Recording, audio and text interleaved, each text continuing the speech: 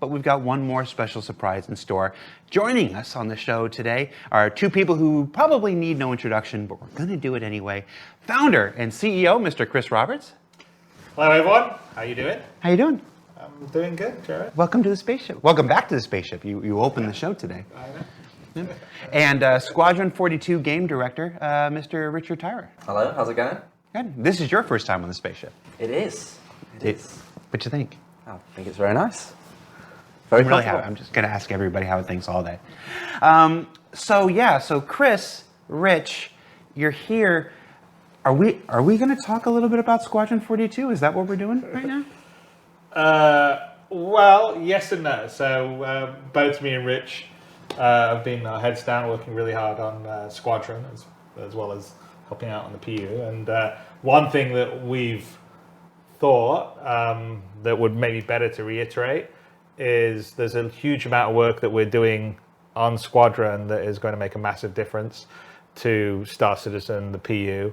And we wanted maybe to talk about some of the things that we're doing, because I know a lot of people say, well, everyone's working on Squadron, no one's working on the PU, and that's not really true, because a huge amount of the core gameplay that we're working on Squadron is specifically being built not just for Squadron, but to benefit the PU. And we're just doing it in sort of the test kitchen of Squadron to allow us to really, polish and make sure the features work well without having to be caught up in the sort of quarterly release cycle that you have on the PU, because we were finding it was hard for us to really finish the features out. You know, we'd get a tier 0 out, and then it would just sort of sit around for a while because everyone was rushing on to the next set of features they wanted to do. And for Squadron, obviously, it's shipping as a final polished AAA title, so everything needs to be really put together, working really well, and playing great. And so we're trying in the setup that we're doing now to do that for the features that we've identified that we need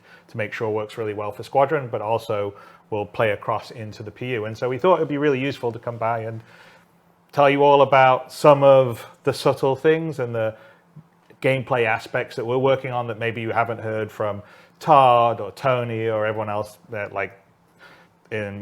today and during the ISCs, because we sort of try to keep the Squadron stuff close to our chest to really sort of surprise and impress people when we do it. And so, we thought, why don't we just come by and maybe just talk about little things, maybe show you a sneak peek of something here and there, and not everything, because we're trying to keep it close to our chest until it's really ready to let the baby out of the carriage and it's beautifully dressed and all the rest of it. But hopefully it'll give you guys some insight to what's happening, and also understand that a huge amount of the development resources, even if you think they're working on Squadron, are ultimately working on stuff that will be in the persistent universe.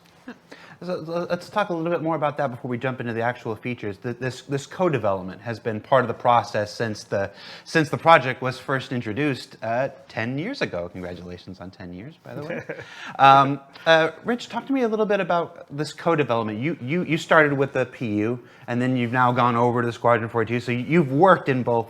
You've worked in both environments. You know the struggle of T0. Features and the quarterly releases for the PU, and now you're getting to your experience is different on Squadron. Talk to me about how that's changed and how it's still work for one still benefits the other, or will ultimately. Well, when I worked on the PU, it wasn't really the PU or Squadron. It was always, we were working on features that pushed for both projects. So the focus when we were on the PU, or when we were more PU focused, was that we would make sure that we were getting features up and running, developed to the specifications that we needed them to work in a multiplayer environment, and then getting them out into the audience's hands, on quarterly releases. But the biggest issue, I think, if you've seen me doing talks on SC Live over the years, or even in some of our retrospectives, is that we'd get features, and the way that our, CIG is set up is we have feature teams and we have content teams. So what would happen is we'd develop a feature and then we'd push it to the live audience to get feedback around that feature. But there would almost be a lag with the importance of that feature and turning that from a singular thing into an experience, a gameplay experience that you'd go and enjoy and play as a part of a fun game. So we always had this lag where content teams were then trying to get on top and then use the feature, and we were trying to change the feature. So I think this kind of pulled it back a bit, allowed us to really focus on both the content and the feature at the same time, because it allowed us to bring it as under one umbrella, which is Squadron 42. So we were able to get that feature in the game, not as a T0, but as a fully whole, capable gameplay experience that, you know, myself, Chris, we can play and enjoy it and go, is this right? Do we need to make it better? How does it feel? And also prove that out with the content that we want. So once we've then developed that and honed it and, you know, almost cast it in that iron, in the crucible kind of thing, we can then move it into the PU, and ultimately, it's not that they're going to get features later, because they would have had them probably earlier, but just not ready. Or, you know, I can pick a few features right now where you think, well, there's not really a huge purpose for them. Mounted guns is a good example. It's not really a huge purpose for them in the PU right now, but we're making sure that any feature that we work on has that purpose. So when it does go into the PU, you know, into the game, people can use it and experience it how we wanted it to be designed and how we wanted it to be, you know, because we struggle a few times. Say, for example, actor status is a good example. We have this vision of how it sits across this broad spectrum of the game, but we're having to piecemeal it in. And that never really gives you the true intentions of where we want to go.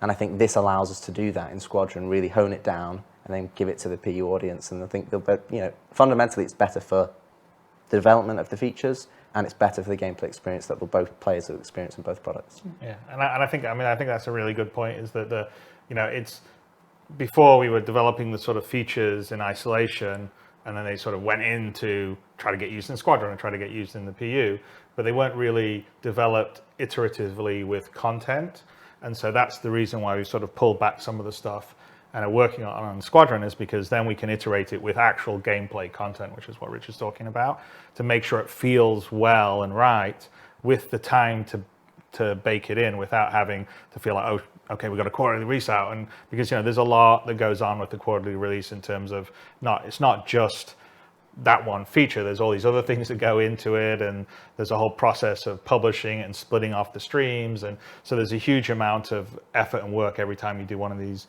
releases. It sort of eats into your development time in terms of doing the feature, and so pulling it out of that sort of loop and saying, okay, we're going to work with it in Squadron to really make it polished, so it's like not a T0 version. We've really got it down. It feels good. We like playing it. This is fun. This is challenging.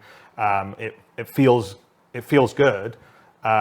Is the benefit, I think, that's happening with us on Squadron. When we're seeing it on our side, I know it can be a bit frustrating for everyone on the other side, because we're sort of telling you, oh yes, it's going to be much better than you've got right now. But we are very aware of a lot of, say, usability issues, user experience issues that we are addressing right now in Squadron, specifically for both Squadron and the PU. That's gonna, and we'll show you a couple of little things that will help with that today. But essentially, if you think of core gameplay in terms of, we have some core areas, what we call the sort of the actor system, which would be the FPS, the players moving around on foot, interacting with things.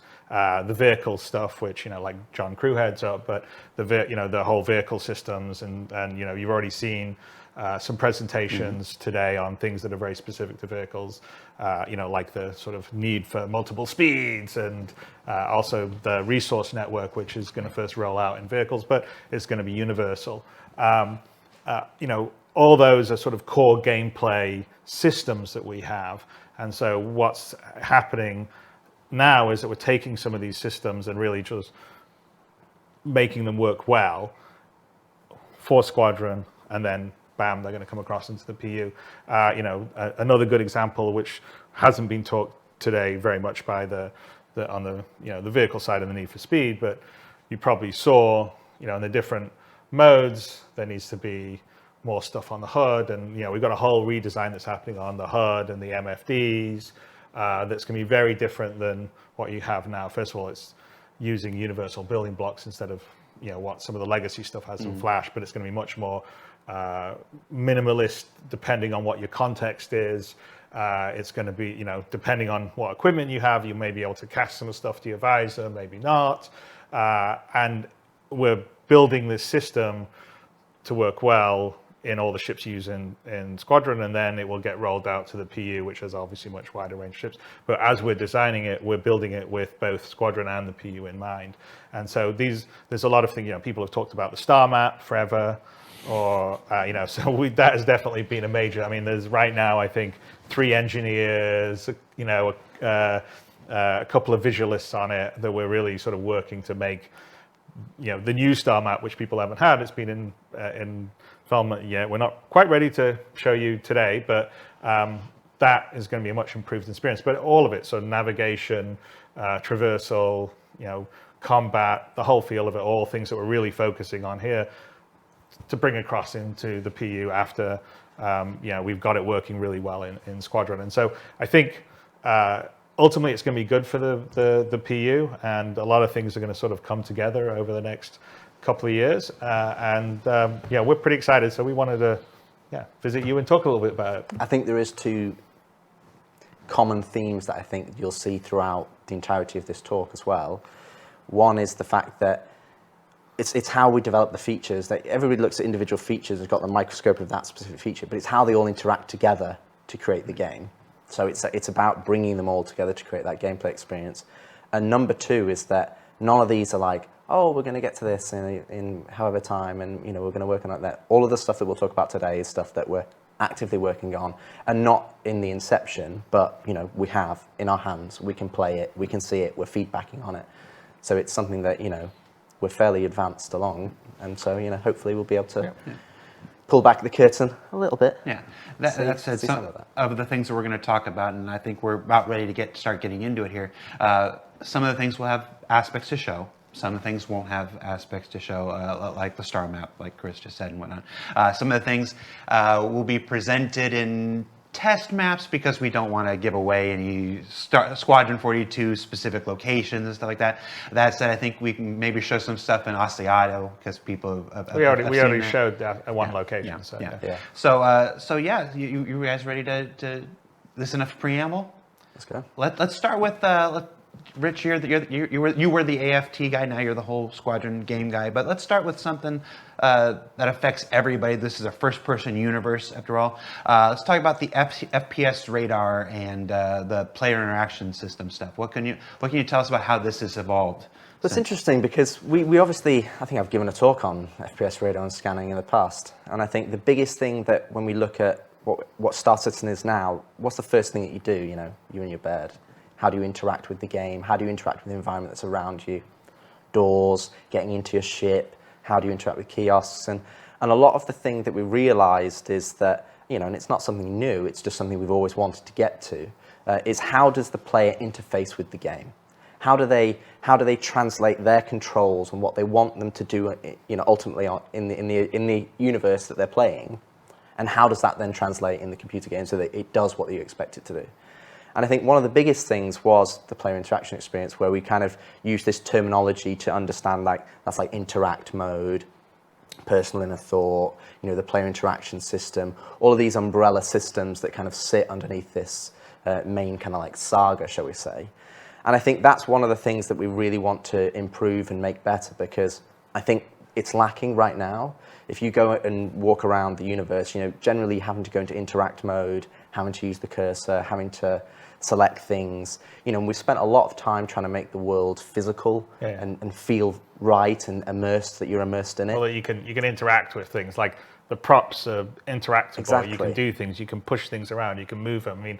The whole goal is to make it a sort of physically living universe. Exactly. That you can interact with to a level that in most FPS games you don't, right? Because most FPS games you run around, you shoot things, maybe you pick up a gun that gets dropped, but you generally, most everything's static. And so our goal definitely for the PU, it's one of the reasons why we're doing the persistent, the whole idea of persistent streaming and later on the server meshing, is to have this fully persistent universe that, you can push the chairs around, or that cup I could take off your desk and take it to my spaceship instead of your spaceship, Jared.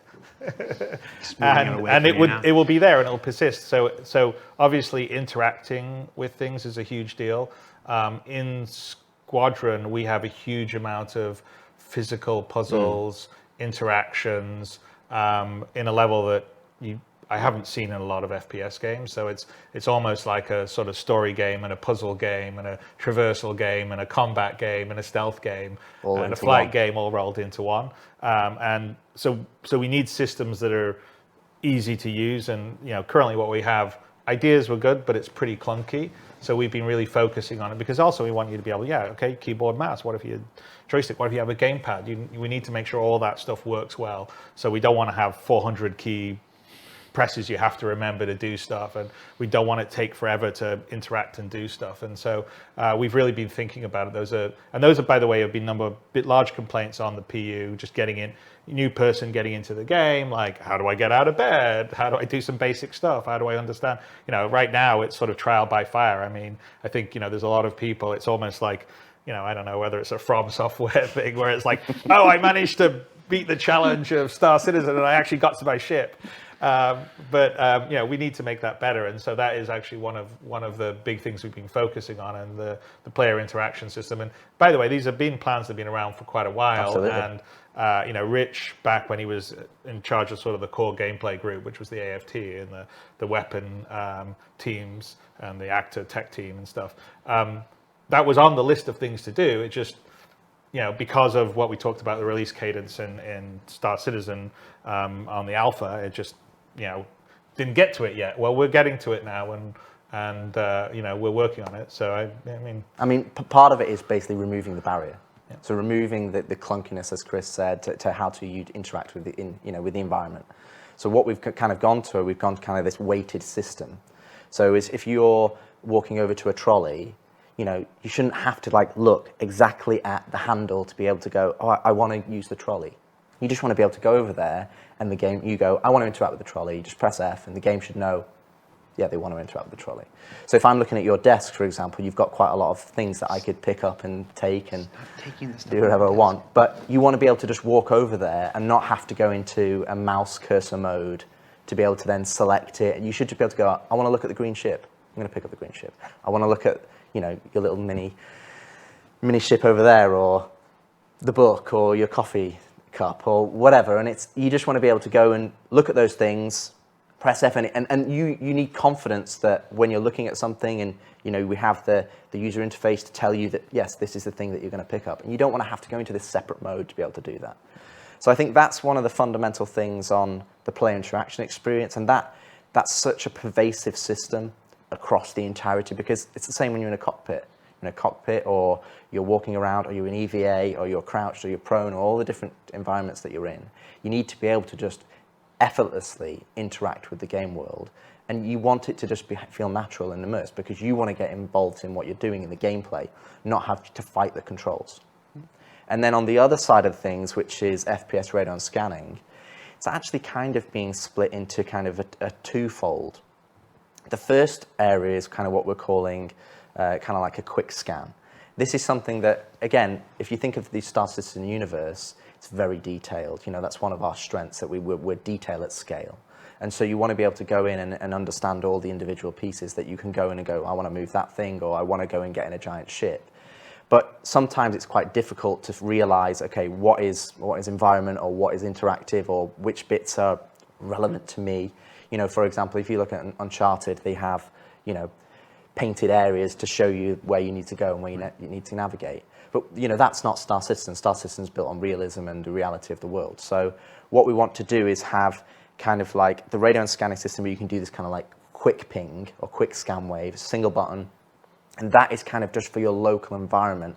And everything will then be tagged as you look at it. So kind of think, I look at the camera, it'll come out and it'll have a little box, info box, and it'll say, okay, this is the model of the camera, this is the information. And it's almost like you've done a little mini scan on the camera, but it's happening for everything around you. And you can just quickly look around and be like, oh, there's a cuttable surface there because I want to be able to use my multi-tool cutter.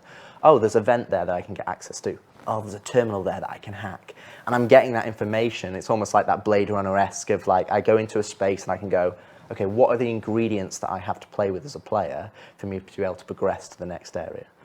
And then we've got the other side of things, which is radar and scanning, which is what we're calling like a charged scan wave, where it's the same system, you're holding down the scan button, and that's pinging out across wider areas. And that's where you're looking at, individuals, you're getting, you're getting, okay, there's 2 guys over there, what's their details? Oh, there's an NPC over there, okay, I can see an objective that I need to complete. And that's a bit more, because that's more gameplay pervasive, that's something that's going to be more of a risk reward. So that's like, okay, I'm giving my location away, but they're also, so they may or may not, know that they've been scanned. If it's a player, they absolutely will be. And that's all underpinned off the signature system that we do for radar scanning of the ships, as it's FPS. So it's all systemic. It's not, we have to go in and they go, oh, it's this custom setup. So we have this kind of usability aspect for radar and scanning for people to be able to go in and understand. I think there's been plenty of Reddit posts over the years of people go, oh, I wish scanning, radar and scanning would do this and show me little info boxes. And yeah, we have that up and running. So there's that aspect of it which kind of ties in with the player interaction experience of how you play the game and how do you understand what you need to do. And then there's the other side of things, which is then it's a more of a proactive tool of you looking through the environment and finding what you want. We have a couple of videos. Should we show some videos of those? Yeah. So I understand we have 2 videos. What's this first one we're going to look at? So the first one is more kind of showing what I described with radar scanning, that first aspect. So you're going into a space, you're doing a quick scan wave, and then it's quickly showing you up the little bits that you can interact with. All right, let's take a look at FPS radar and Pi 1. So you can see here, this is in Asiado, which we've already showcased. But this is obviously going in and utilizing some of our new building blocks UI for the doors. And then here's a scan wave, and you can see that I'm looking at that data pad, and then you can move around, and it's giving me that information. So right now, it's just giving you the basic high-level information in terms of the names and things. But you will also have more detailed information depending on, contextually what the item is. And what you're seeing here is part of the player interaction system. So you can just, even though that's kind of a complex area, there's lots of little things that you can interact with, but you're getting confidence of, oh, cool, I can grab that, or I can use the data pad. And you're not having to go into interact mode, you're not having to be driven by the cursor. You can go in and just press F or interact with it. And you've probably seen this in plenty of AAA games, but they don't have the detail and at scale that we do. So we wanted to make sure that system is really robust. But hopefully it gives you kind of an idea of. And I'd also say that part of the idea is that there's the default action, which in this case is what you see when you're on it when it says grab or I think there's a few other ones that you can be as your default action. But the icon, if you just had a single disk with that wasn't broken, then that would mean there's only one thing you can do with it. In a lot of those cases, you could see there was a broken disk in 4 pieces, which was basically saying that's a multi-action. So as you look at it, if, for instance, in that case, if you hit F, it does the default action. If you held F, it would bring up the modular wheel that would show you the other actions. So you could maybe equip it versus grab it or whatever you would do. And so the idea is just like you can do in Rich was talking about a lot of other sort of AAA, even console games. You walk around, you look around, oh, look, I can extra do something with it, right? So there's a bit of that's happening here. So you can just look around and I can interact without having to hold F, move your mouse around and all the rest of stuff. I mean, we'll still have the overall interact mode that you can go into if you want, but the idea is I just play around if I'm used to playing games a certain way. So there is a certain language of, I think, FPS or even third-person games that exist right now, and we don't want to do something totally different to it because people are used to playing games a certain way. It's like why in an FPS game you run around with WASD and use the mouse because so many people are used to it. And so we're leaning a little bit onto that, but trying to make it much more usable and work with inside a much more powerful system than you typically get in games.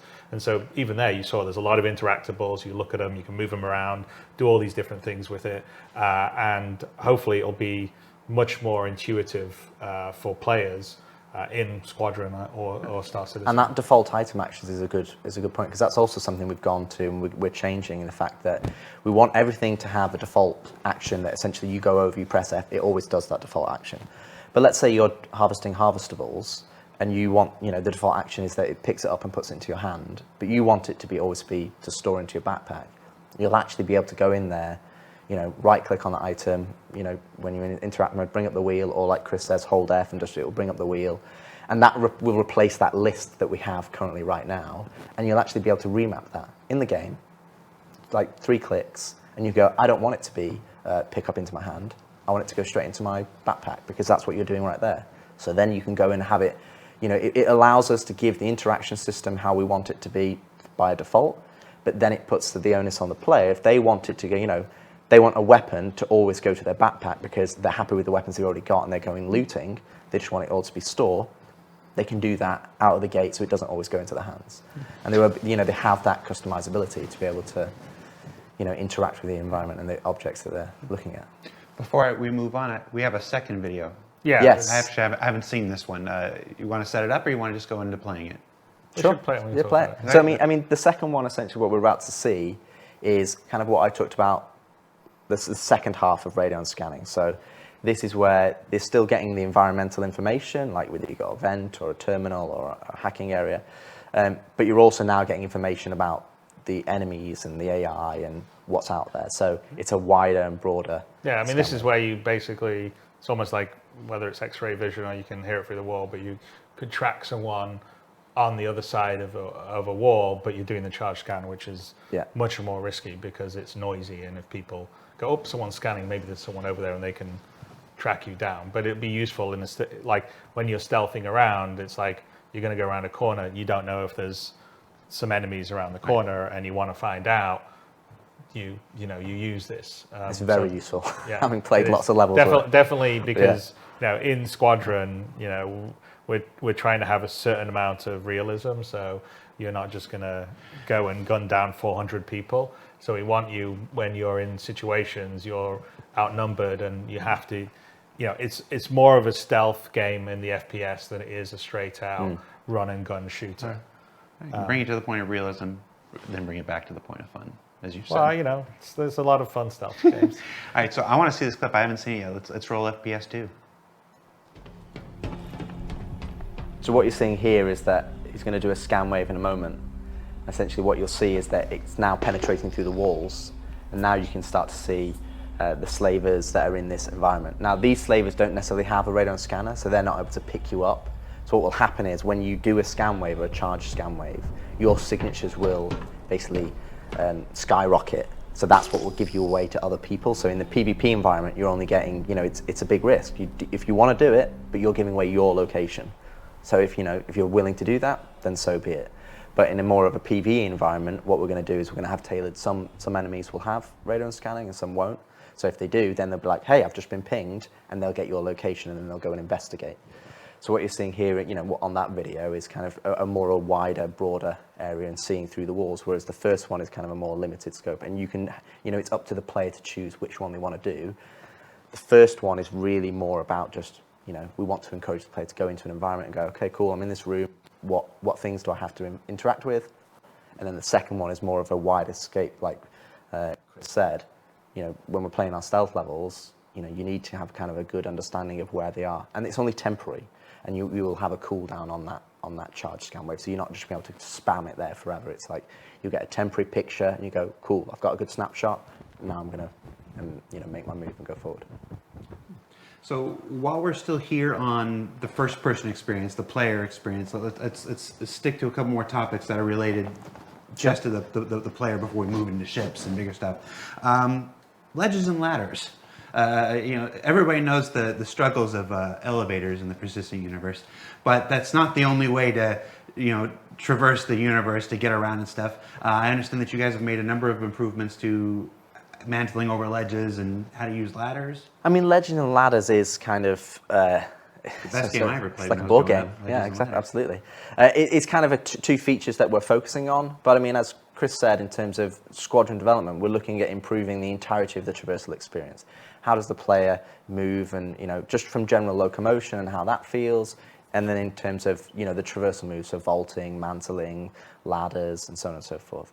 So one of the two areas that we've identified that we wanted to push for was for ledges, which is we wanted you to be able to, I've slightly misjudged my jump because I'm in first person, I can't see my feet.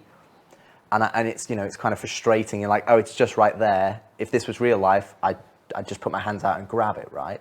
So that's the first part, that we can actually grab onto ledges now that you're falling past, so that you can actually then pull yourself up, which adds just, it's, to be honest, it's huge. Like we've built traversal levels now, and it's the difference is night and day, because when you're in a first person, it's very difficult to judge like right on the edge. So we can add a bit more challenge to the traversal so that you're actually moving around with ledges and grabbing and pulling yourself up.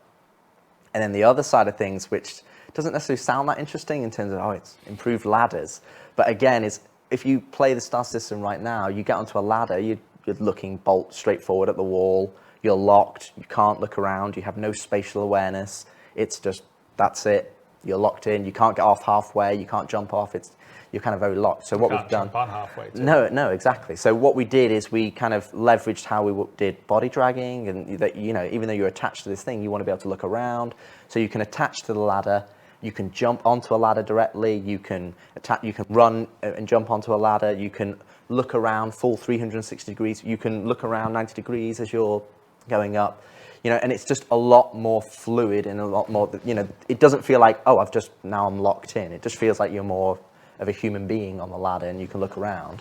And then obviously if you can look behind you on a ladder, that opens up environment, you know, opens up scope to jumping from that onto something else. So it's, because you can jump off the ladder halfway up it or wherever. Exactly. So there's a huge amount of, I mean, in Squadron we're putting a lot of traversal gameplay in, which will make its way into the PU when all these sort of systems settle, and I think you'll see a lot more. I mean, you already see a little bit where, you know, you could use a tractor gun to put a crate over or push something to get up and look at stuff in derelicts right now, for instance, in the PU. But imagine a whole level above that, which is kind of what's in Squadron. I mean, even that in the derelicts was really inspired by some of the early work we were doing in Squadron. But there's a lot of like physical and traversal gameplay and puzzles in Squadron, and we're building the systems to also work well with that. And then again, with a systemic world like we have in Star Citizen, where you can move things around and they can persist, there should be multiple ways to solve the problem you're trying to deal with, which is how we've approached the Squadron design. Is like in most of the areas that you go through, there's more than one way to get to the end to solve the problem. To, you know, do you stealth around? You just take it on head on and start shooting, or is there a way that you can, you know, do it without seeing anyone because you've just, you know, taken this difficult traversal path? So those are all things that are important, and so it's little things like this, and I would say, I mean, we've got a video to show, but we're still, you know, like some of the finesse of the animation detail is still to come. So a lot of it is this is a lot is the block out. But you know, we have this beautiful motion capture stage here that we will show you guys at some point when the Manchester goods yards and the stage are fully finished, and then Jared will do a updated version of the 2013 tour that I did with Erin, but it will be in a much bigger environment. Anyway, but I would say definitely that, I mean, we could show it, but we got details to come, like, for instance, if you jump and you just make it, you know, you're going to, you know, catch your balance and do that sort of stuff. So that's not in here, but that's sort of the details, the finesse that we're adding to really have that sense of you in first person, feeling your body and your inertia when you're going up and down on it. I mean, if you cut out to the third person when you see some of the stuff, you sort of see some of it even in the blockout animations, but there'll be much more in the final version. But we probably should run the video if we can. All right, ladders. So obviously this, as you can see, this is final art. Absolutely. So this is taken directly from Squadron 42. No, it's obviously a test map. But you can see here that, as Chris said, the level of inertia is still block out phase, but you can see that we're actually starting to get that you can grab on, you can go straight into a mantle or a vault, you can go straight into the pull-ups. And the thing is that what you're seeing here is, you know, while this is just an test map, a lot of these are providing design ethos to then feed into the PU. So if we've got derelicts and we've got environments that we want the player to go and do missions in, we don't just necessarily just have to rely on you've only got jump, or you only can do vault and mantle. And right there, we did a jump onto halfway onto a ladder, and here we're looking around to the left, to the right, and you can jump off the ladder at any point. You can slide down it. You can do all sorts of things. Wow. We got a bit of a sneak peek at the end. Yeah. So we're gonna fight an elevator. the true boss. And we jump across to get on the ladder there. And again, these are all the blockout animations. And oh, I wonder what that is. What is Someone that? accidentally put that in there. Yeah. Anyway, But the other thing as back well, to our spaceship. yeah, I mean, the other thing to say about the traversal is while we're highlighting ladders and the ledge grabs and things here, the other thing is that we're also, we've taken a deep dive on things like the control input. So for example, we've got action queuing coming up. So, for example, if you're sprinting and you were shooting just before you're sprinting, you might be holding down shift and left mouse button. And then now, what happens now, if you then release shift, you've stopped shooting. But sometimes you want it to continue shooting because I'm still holding the input that I want to do, and what we're kind of terminology in terms of this action queuing. And that's something that we've got a whole matrix of all the different controls, all the different methods from prone to crouch, the transitions, weapon swapping, and so that just using the controls is a lot more fluid, a lot more intuitive. So it's something that we're really putting a really magnifying glass on to making sure that you're not fighting the controls. The controls are working for you. It's doing what you want it to do. So if you are using a gamepad or you are using a joystick or you are using mouse and keyboard, it's easy to use and easy to interact with the world so that you can immerse yourself in the environments and the missions and the gameplay. So it's something that we're really pushing forward to make in better. all aspects, right? Because prone's one of the things that we're set to be working on here, right? The crouching, the various transitions between all the stuff. So some of the stuff right now in the PU's clunkier than it should be. And so we've really taken a deep dive on all of it, and to make everything a lot more fluid. Looking around on the ladder is a good example, but also like on a bigger level, right? We've done a complete rework on EVA, what we call sort of push and pull. There's physical interaction. I mean, we should probably talk a little bit about that. We have a video to show of that, but it's a complete redo of the current EVA system, and it has a lot more of what you would expect when you're in space, in vacuum, pushing yourself off. For instance, you have momentum now, so if you push off in a direction, you will just keep moving in a direction. The use of it's far more easy, handling weapons and looking around, and some of the tech that we've developed for the push-pull is the same stuff that we're going to be using for prone and a bunch of other stuff, and really the looking around on the ladders is kind of based on some of the I mean, to be honest, a lot of those systems are, and when Chris says push-pull, he means 0G push-pull, not trolley push-pull. But we'll talk about that too. Yes, we will. But when we talk about EVA T2 and 0G, the biggest thing, again, it's just be an EVA right now in the star system and just look left. You don't have a stability of if you're a human being, you look left, your horizon doesn't change because you move your head and it's the same. Our camera tilts and moves, and then you get into a scenario where you're you can't really understand the perspective of where you were in. It's oh, I'm now upside down. So EVA T2, which again you'll be able to see a clip of it working, it's night and day. It is we basically threw the old one away, and this is a fundamental change in terms of how we work in EVA. First off, you're not upright. You're in more of what we call the Iron Man pose, so you're leaning forward. We still retain the upright pose for certain circumstances, but it means that you've got a better sense of your actual volume when you're traversing forward, so you've not got these legs that are beneath you. But you can totally look around 360 degrees. Your camera is stable, so you get a good orientation. When you look back, you see your body. It's fully decoupled. So you're not just pushing forward and you're flying like a spaceship. You push forward, and that gives you an initial inertia in that direction, and you will keep going in that direction until you change.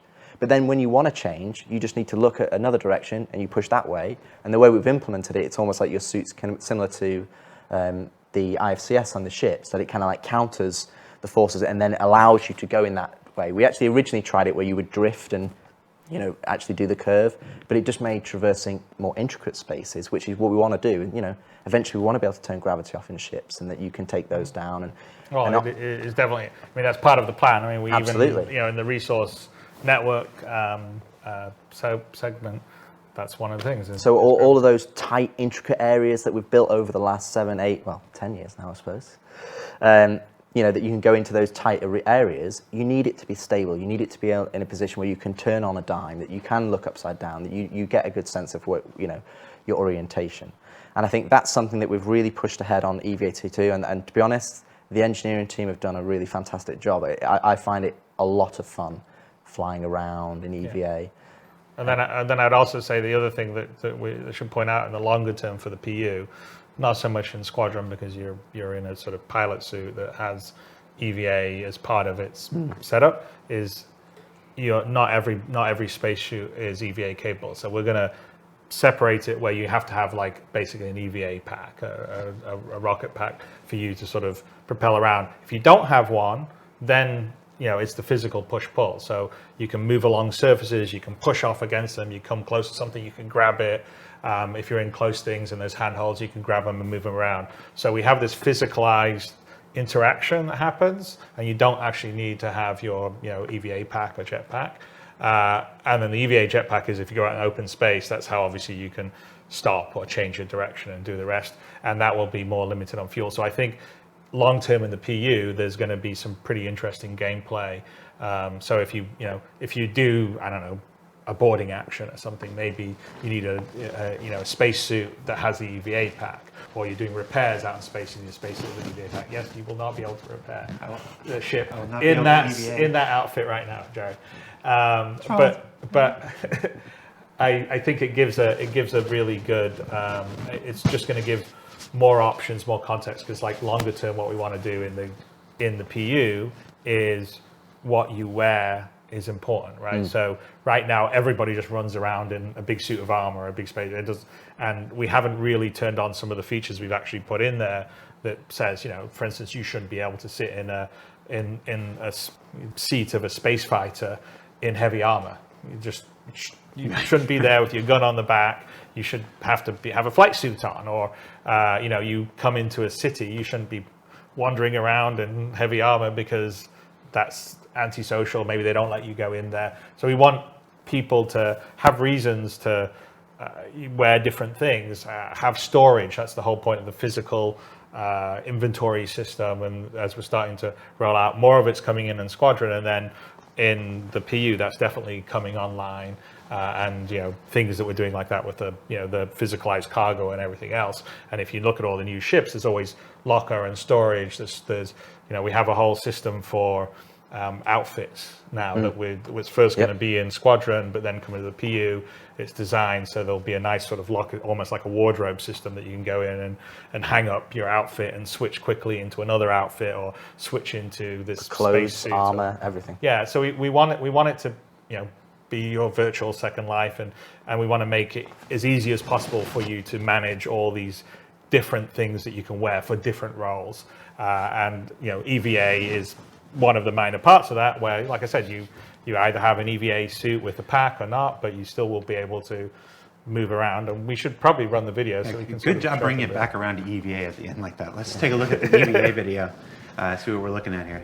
Well, and as Chris says, in terms of Here we go. the EVA, this is what you're seeing here, is that you'll probably see some of the, in the third person, the thrusters are not firing because it's decoupled. the old VFX, but it's also the old VFX code. So we haven't part of the proper, this is a current PU suit versus what we'll have is a new one with a proper like pack that has the thrusters in the right position, and when you go forward, the thrusters going from the back. So what you're actually seeing here is you've actually connected to this surface. So now it's almost like you're in a prone situation, but this is going to be what more our new prone will be. Again, you've got full 360 degrees. You can just move your mouse and you look all the way behind you or all the way in front. And right now we're moving along here, not because we're thrusting, because we're using our hands to move ourselves along, and we're looking around as we're doing that. If we went out to the third person here, you would sort of see us moving our hands around. I think we'll see it a little later on. There we go, here we go. So we're just sort of pulling ourselves along.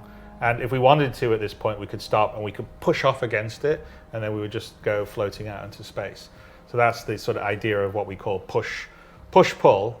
And so what you're seeing here... He just pushed himself off. So what you're seeing here, that's actually kind of, you're just floating alongside the actual, this fin of this Asiata station. and this is actually keeping you in this orbit. And then if you did, and that's just, you just push forward and go, where you can actually jump off into space. But then this becomes one of the, if you look at physical traversal, where you've got jumping and mantling and vaulting, this is where we have zero-G push-pull. We have the tractor beam that kind of pulls you around in EVA, and then we have your EVA pack, which is limited by your resource of EVA fuel.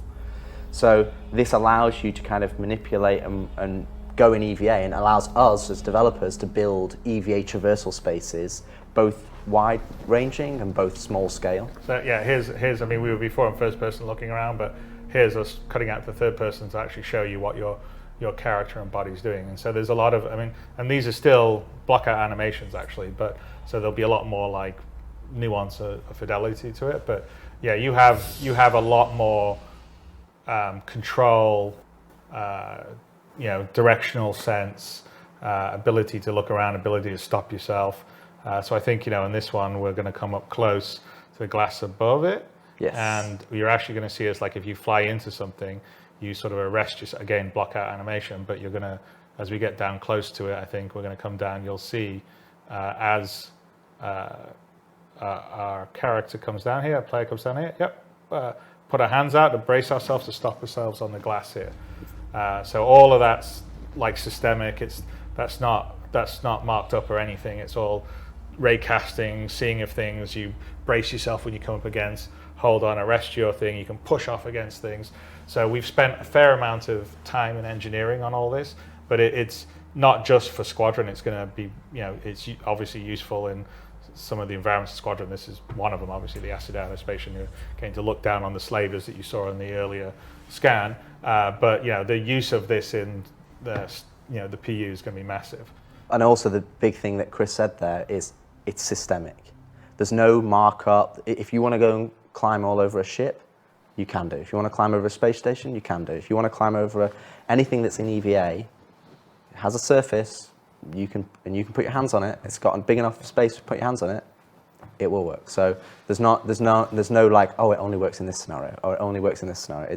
It is what you see here, and then as what we've not been able to show today, which is do have working or partially working, is that when you go into very tight environments, if there are handholds, you will be able to grab onto that handhold, or whether it's a terminal or whether it's a hatch to get into a ship, you'll grab onto the handhold, and then instead of putting your hands out and landing, you'll grab on, and then you go, cool, I can use the terminal, or I can look around, and again, you're not locked in, you can look all 360 degrees, you'll switch hands as you look around, and you can get a sense of, okay, where do I want to go next? I want to go over there, cool, or I want to go through this door.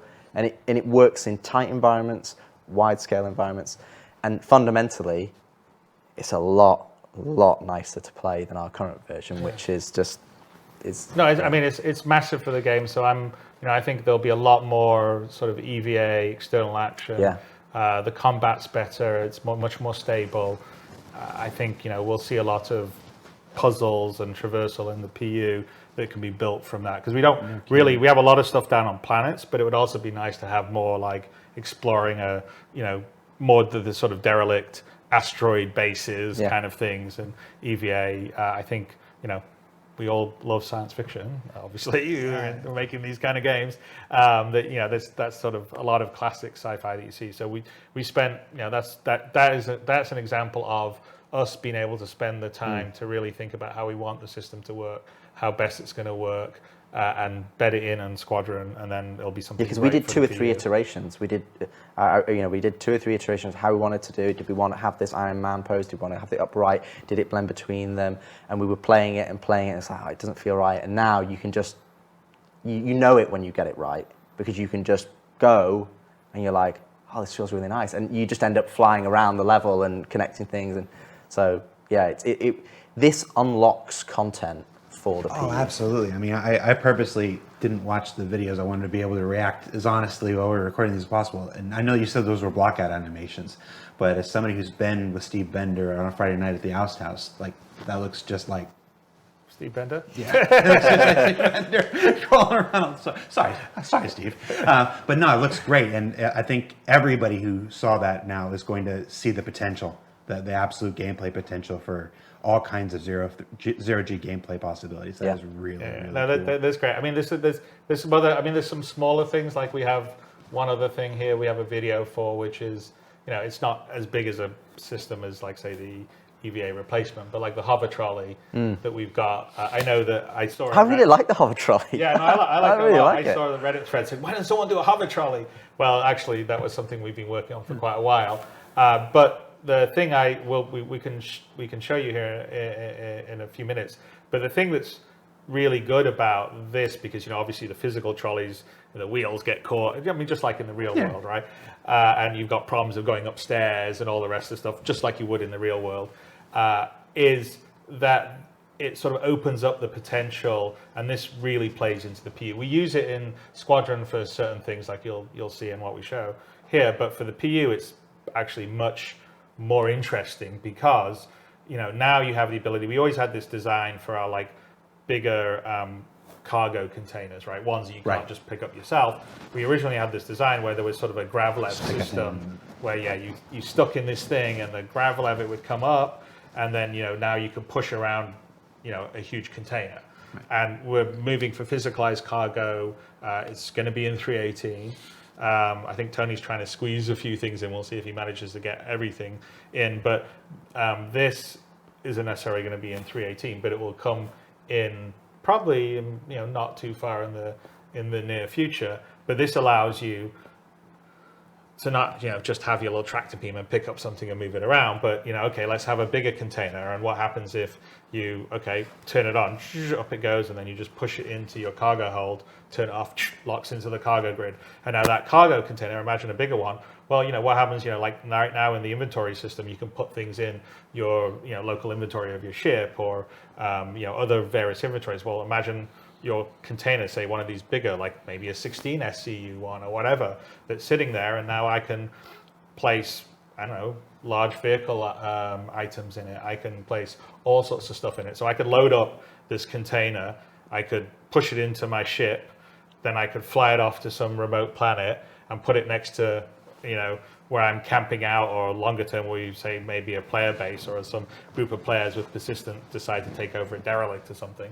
And I can basically load up a bunch of supplies in a container, like bigger supplies or weapons or armor suits or whatever, and put it in there just by doing this. I think the underlying sort of hover tech for the trolley stuff is really good, because it will really play into the cargo and the logistics that are going to come with that. Because longer term with persistence and what we're doing, I think there's going to be a whole bunch of gameplay that will be revolved around the logistics of living, right? Mm-hmm. Like how do I have my food? How do I have my drinks? How do I have my raw materials? How do I have my weapons?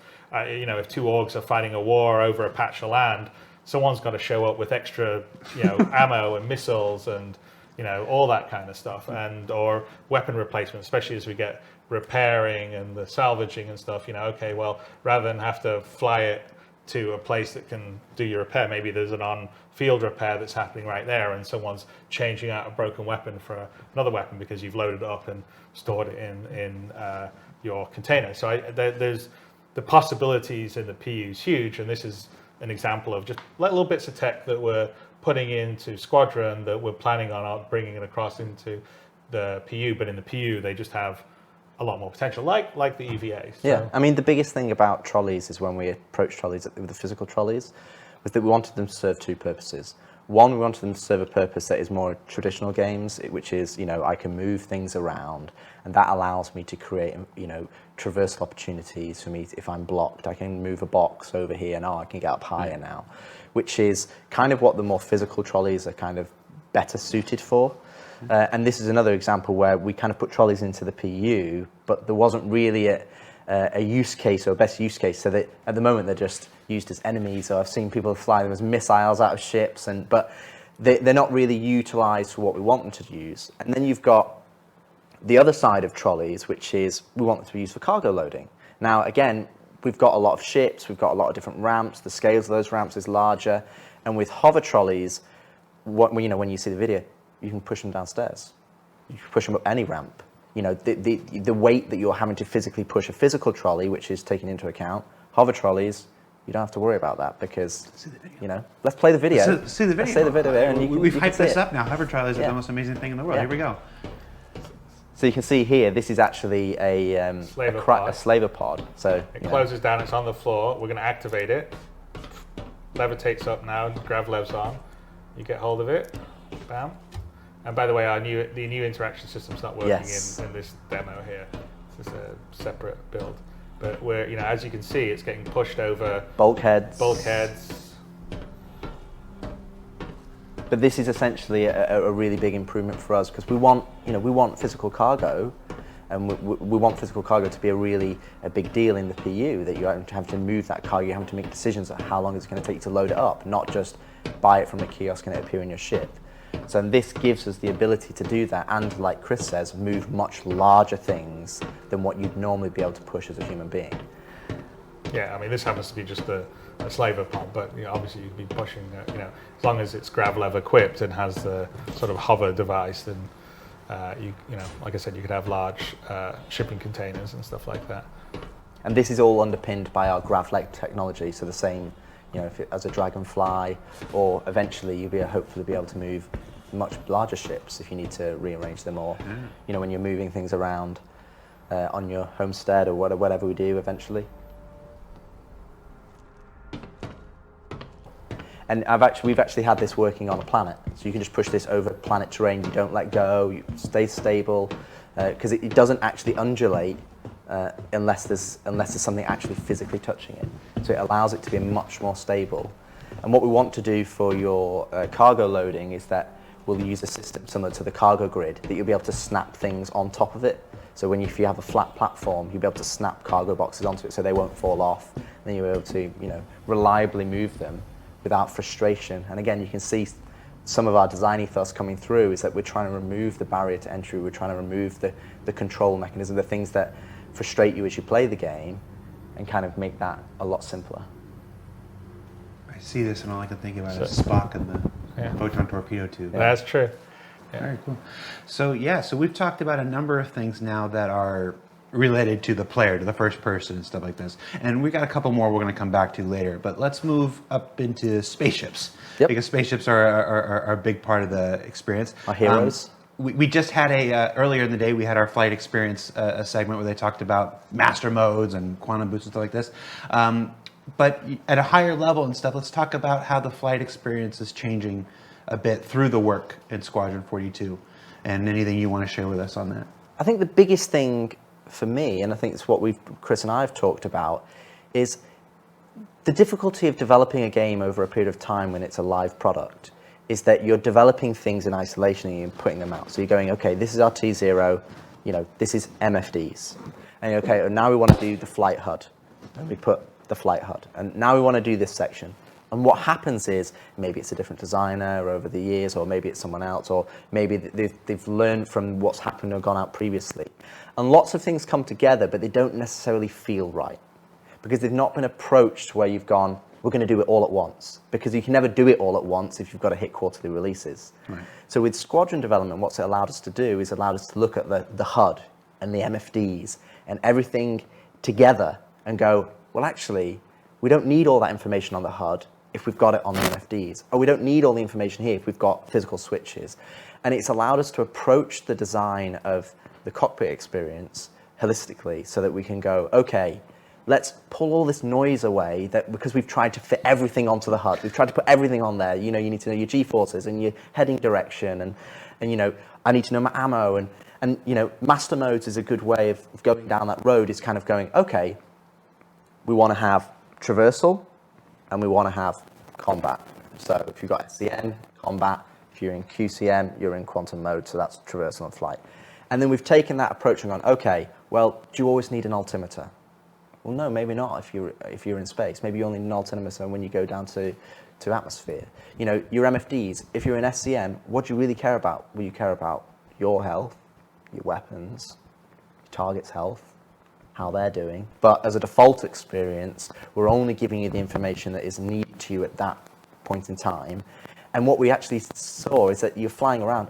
We've got gorgeous space environments. I want to be able to look at them. I don't want to. You want to see the ship that you're fighting. You want to see the environment you're flying around in. I mean, one of the big things that we're the big initiative on the vehicle side for Squadron is the sort of complete redo of the HUD and the MFD systems, and basically the display where we're first of all we have to refactor it to move away from some of the old flash that's been around forever, which is what the MFD displays. And on the HUD, we sort of took a look at where we were going and felt like Rich said, it's just too much stuff's there all the time. We want to be more contextual. So, and we're doing this in a overall holistic way that would be probably almost impossible if we were trying to fit it into quarterly releases in the PU. So, most of the vehicle team is working on this as a sort of group. In the need for multiple speeds that we saw earlier, you sort of saw some aspects of it, which is the different modes you can be in depending on what you're trying to do. But a lot of that's also reflected on the HUD and the information of what you're targeting, and whether you can, whether you want to be able to cast up, say, your target status or your ship status to your visor. Now, that won't be the case for everything. Every suit, like for instance, if you have a more combat-oriented ship or suit that you would wear, like a Gladius or a Hornet, and you've got the appropriate equipment, then you should be able to cast. If you're just flying an old rust bucket like an Aurora. Well, what was the Drake ship we saw the other day when we were looking at it, saying all the HUD was on there? We're like, well, it's kind of the equivalent of a lorry. Oh yeah, it was a Caterpillar. Yeah. So you wouldn't have the Caterpillar. You wouldn't cast it up to your visor like you would as a fighter pilot. It would be sitting down on the MFDs. But in the cases that you have the ability to cast it and do stuff, in all the ships are also building in the ability, like there's not just a game config screen in your ship. You go in, you have your settings screen, and the settings will be remembered on a per ship basis. And you can set up one, okay, I want this display to be this, or this display this, I want this to cast here. And so it's all been built around building blocks and being in a very sort of top-down, system, clean approach. So we're pretty excited about that. We're not ready to show it yet because we're still in the sort of early, foundational stage. It's a little further before it's all fully polished or ready to show. But it's going to be, I think, a pretty sea change in terms of how it feels as you're flying around. Besides the different modes of combat and traversal and all the rest of the stuff, it's how you get the information and how it's relayed to you is going to be much more contextual, much better. And it's huge in combat. It's going to be big, yeah. It's huge in combat, because in combat right now, you're either, we're obviously trying to bring the combat closer, which is obviously what Yogi and the guys and Dave talked about in their talk. But you don't want to have a little clutter on there, and you want to have that spatial awareness of, okay, who's my target? And the other aspect is that on that level of, again, a holistic approach is your player information is only on there if it's relevant, and also the targeting we've talked about redoing in terms of right now, if you go into the PU or when you play Squadron level, with 100 players in you just get big 100-player billions of markers, and it's like it's just massive information overload. And some players, it was definitely a problem in Squadron. Yeah, we have absolutely. Quite a few areas of the game where there's massive amounts of ships. Yeah, and some players can deal with it, but it's just so much information. It's unnecessary. So what we've done is that we want to strip back the targeting so that, again, you're only targeting the things that are important to you. So we're relying less on all these markers, and we want to put more of a focus on your radar in the cockpit, because you have a radar in the cockpit. Fighter pilots in real life have a radar. They don't have in-world AR markers. Oh, there's 20 guys coming over there. We want to make sure that you've got the information that you need, but also we want to basically make sure that you're using the tools that we provide. Because what's happening right now is that everybody's just reliant on the HUD, because the HUD has everything on there. But you've got MFDs, you've got a cockpit radar. They're there for a reason. So what's happened over the years is that we've redone them at separate times, and the MFDs are still in Flash, and they've done the building blocks. So we've kind of got into this cycle of trying to, oh no, this is it, this is where the player should be. And what we want to do is we go back to kind of what Chris's original vision in terms of, well, there's an in-cockpit radar. You should use that. There's in-cockpit MFDs. You should use those. Okay, now I'm in this specific combat mode. Okay, they're cast, so I can see that information. But the radar doesn't become redundant. That should be what the noise is on. That's where all the information should be. Okay, I should be able to go in there and select targets. That information should be clean and delivered to me. But out in the world, I want to look what's there. I want to look at my target. I want to look what I'm saying. Oh, there's a space station. Oh, there's another guy coming in. So we want to have less reliance on just AR markers for everything and only reliance on marking the things that are important to you, or you've directly marked yourself. Yeah. And I think when you fight combat experiences where you're fighting 15, 20 ships, it's just a lot more fun because you're not having to deal with all the extra noise. You can just focus on being the best pilot you can be. I think it's really important. And I would say that definitely, we're putting a bunch of work into the radar, which is really radar / star map. So like what you've never had in the PU. The original design was that that radar that you would see would also scale up, or you would scale out basically to be a nav map, your star map, right? Your nav map. And what happened when we were getting the first iteration of the PU out, the baby PU, we didn't get that working yet, so we just said, well, we'll use your Mobi-Glass version, and we're still using the Mobi-Glass version all these years later, and it's still mostly the code that was done all those years ago.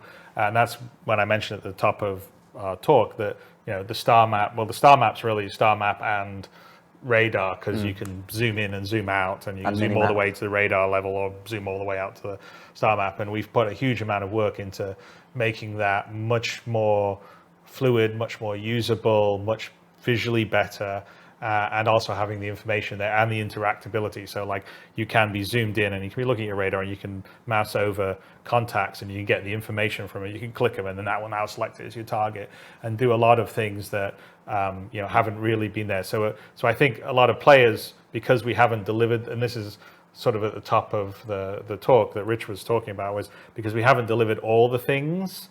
We've just delivered some of the things. Sometimes people just are focusing on certain things, and if they could do things like select their targets easily from the radar, they may not be wanting to see 400 AR markers when they're flying around. And so those are all, that's an example on the vehicle side where we're sort of really trying to bring that all in, as well as, there's other things that we're doing that will come across the PU in terms of physical buttons, like when you activate something, that's in process right now, but yeah, you'll click a button and you'll see your character, click, here's for the landing gear, or here's to turn the lights on, or here's to activate my quantum drive, just to make it sort of feel physical. But we're going to give you modes and ease of use so that information's presenting to you well, and you can have fun being lost in the world, which is the most important thing. And a certain level of customization, as we talked about, because some ships have better MFDs and more usable places than others and stuff like that. So, well, the other aspect as well, in terms of just the radar and scanning, which is a really good example of a feature that we've put onto the PU into Star Citizen that isn't hit what we envisaged it to be, because right now you're kind of limited to 20 kilometers. Now, really, I think you've seen Quantum Boost in some of the earlier videos. The premise that we want you to be is, we've got this vast universe. So we want radar and scanning. We actually, we have this smaller radar and scanning on the FPS. You have the smaller one that's giving you information in the room, and then the larger charged one that's giving you information about maybe the floor that you're on. It's the same principles in the ship side. It's that we want a smaller one that is fairly instantaneous, and that's kind of giving you information about the people you're fighting, or your local environment. And when I say smaller, I'm talking, say, sub 100 kilometers. That's just giving me information around this area. But then we've got the charge scan wave, and that should be giving me information about things that are 10, 15, 20,000 kilometers away. And then that's where Q-Boost comes in the fact that you're Q-boosting to these locations. You're not having to go, okay, there's a quantum travel marker there that's 1 million kilometers away. That's like, okay, I'm making a conscious decision to go there. But for Q-Boost, it's like, okay, I am there. I want to boost around the environment, but I want to have things spread around so that, we're not just cramped in. Because radar and scanning is fundamentally, it has two purposes. One purpose is to give you information about the things in your environment. And the second purpose is to help you explore. It's to help you find things that are not necessarily apparent, because space is a big, dark place. So we need that. We want to be able to take advantage of that. So when you have this ability to detect things that are much further away, all of a sudden you start to feel like you are that pilot. You got to fly to them to Yeah. investigate them. I think that's a good example of something on Squadron that we were also looking at, like how do we solve the problem of your patrolling an area, right? And it's not very much fun if you patrol an area and then it's like, space is big. I go to this area and then I look around and my radar covers 10 kilometers in front of me, and that's it. That doesn't feel like I was patrolling, a large area of space. And so we sort of were thinking about, well, how, really if we think about it, there's like short range, which is, what you would call the standard control mode, like slower exploration. I come up to a derelict, or there's a cluster of asteroids that I'm going to fly around to see what's happening. And then there's the medium range, which hasn't really existed in both the PU and is something that we really wanted to have in Squadron, and we really should be in the PU, which is, well, what's that over there that's 10,000 kilometers away? The equivalent of being on a planet and going, there's a mountain over there, I can see it. I don't know what's on it, but I'm going to drive over there or walk over to that mountain. And so the idea with sort of the scanning is like the wave goes out and you'll pick up things 10, 20, 30,000 kilometers away. So you definitely won't be able to understand what's there, but you'll say, there's something There's a point there. of interest. There's a point of interest. And so you'll be able to map things, and then we need to get there. But, the quantum travel, spooling up, spooling down, and so this is the whole the idea of quantum boost is your sort of mid-level traversal speed, where it allows you, it's probably about 10th the speed of the full quantum travel, sort of, not using all the quantum juice, if you want to think of it that way. But it allows you to sort of get there pretty quickly and, also appreciate the environment you're going through and, get over there. Oh, I go up to the mountain. Okay, no, I can see what's that. Oh, there's trees here. Oh, that's really cool.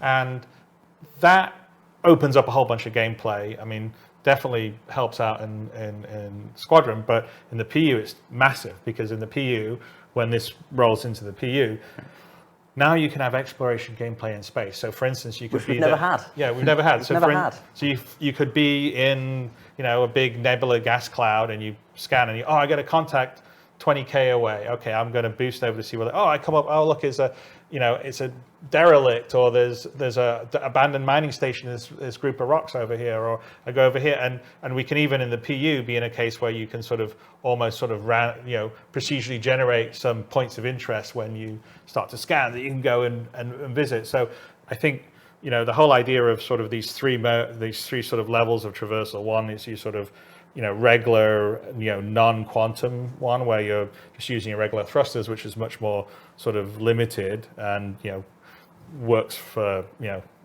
combat and stuff like that. Then there's the quantum boost, which is sort of to, fast run over to a place. And then there's the quantum travel, which is the really long, okay, I'm going to go to this planet that's 500,000 kilometers away, and I'm going to be in quantum for 5 minutes to get there.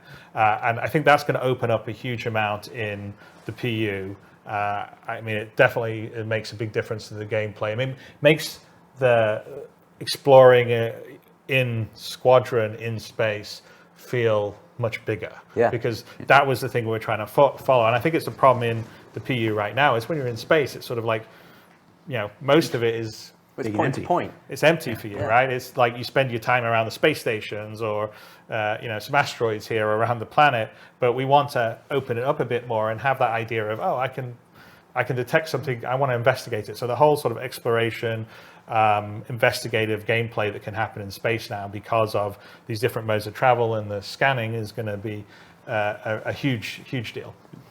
So I know we have a clip for this. For folks who maybe joined the program late and didn't see the flight experience segment earlier, or if you're watching this separately on YouTube and you don't know what this looks like, let's take a look at the quantum boost clip that we have, so we can see it one more time here. So just to call out, that's going to be the old HUD. Yeah, that is the old HUD. That's too busy. Right. That's the next old HUD. Yeah. Earlier we were showing the old HUD. So we've done a scan here. That's also the old point of interest, because the point of interest will be just points. Yeah. But basically, we've done a scan. We've got some points of interest that are, multiple 10Ks away. And you can see the distance there. It says 13,000 kilometers on the right-hand side. So this is obviously just placeholder UI for the Quantum Boost. But again, you can just boost over there, and it obviously has this interactive gameplay, which obviously went into... Yeah, and this, by the way, that's all programmer work in progress from Yogi on the Quantum Boost mechanism, because you're just going to have to stay in the zone to keep in boost, otherwise you'll fall out of boost. But we've gone over to the planet here. So what it's allowing you to do is sort of have that mid-level traversal and investigate things without having to spend forever at 1,200 meters per second or quantum traveling over it. It's over too quickly. So just to clarify again for folks, if you watched the flight experience segment earlier in the day, that's the old UI, which is probably closer to what you're familiar with in the PU today. What we just showed now is the new old UI, the one that was intermediate now, but we're now moving away from. And the basically it's the same as it's the styled Squadron UI that was from the UI you have in the PU. Right. So what you have in the PU is these generic version that Zane did. This was the one that we had, the style that we did for the Aegis style, but it was still based on the idea of all this information being present. And we've decided that we wanted to really scale that back to be more contextual, to switch between modes. So that's one of the reasons why we're not really showing all the HUD and the MFD stuff now, is because we're in the process of the change. So it's, a lot of programmer art, and you even saw it in the Need for Speed segment, whereas a lot of that, like the mode stuff and everything, they've just sort of hacked in the modes to the current HUD stuff. But when the new one comes online, it should be much cleaner and easier to go. And I don't know if it was too clear on the video that we were seeing, but on the video we say we were originally in SCM mode, standard control mode, and then we switched to quantum mode. So the spool up wasn't really the spool up for the Quantum Boost. The spool up was just, there's a spool up as you go into quantum mode, your shield's powered down. So you there is some risk when you're in the fast traversal mode, and the quantum drive powers up. But once it's spooled up and you look at a place, you can boost towards it. And it's just, you press shift and it's instant. Yeah. And so for people that want to, go, oh, what's that over there? People have been wanting to, I just want to like free quantum, right? There's people who want to do that for quite a while. It's like getting on your horse. Quantum Boost is. Second start of the right and straight on till morning. So we've been talking about these flight experience stuff, the ship related stuff, the new UI stuff, the contextual changes and everything. We'll obviously show those as we get closer to being ready to show those. We talked a little bit about the star map. Again, not quite ready to show today stuff. As far as those mapping things and getting around stuff, there's also the mini map. There's also the mini map, which has always been this promise of being able to find your way through either a really large ship or a space station or stuff like that. What can you tell us about the work on the mini map? So radar, as we call it, is essentially, it encapsulates the star map, it encapsulates what's in your cockpit, and it also encapsulates when you're in FPS, you have an FPS radar and scanner. And the mini-map is essentially a way for you to be able to, and you can access it both from your Mobi or it'll be on your HUD, a way for you to get the spatial awareness in, when you're in a 3D environment in FPS. So I think what we have in terms of the mini-map, it gives you that 3D isometric view that you can move around, and all the information in there is underpinned by the FPS radar and scanner. So the information that you're scanning in the environment is the information that you'll see on the minimap. So if you go into, say, a known location, so let's say you go to Microtech, that landing zone, essentially, that will be pushed to your Mobi Glass. So you'll be able to then load up the minimap and go, okay, how do I get out of it? I mean, I've seen so many different new players play Star Citizen, they're like, where do I go? So it'd be nice for us to be able to go, here's the spaceport.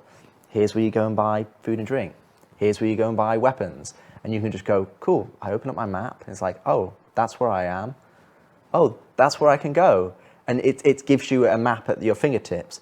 But then when you're at an environment that is not, say, let's say you go to a derelict outpost, you'll be mapping that environment as you go, or you may be able to find a terminal that has the map on there that you can download, and then you have it to you. So it really allows us, again, Star Citizen, one of its strengths is that it's scale, but that's a challenge for us as developers to be able to give it to players and for them to be able to understand and navigate where they need to go. Because the first thing is, how do I play the game?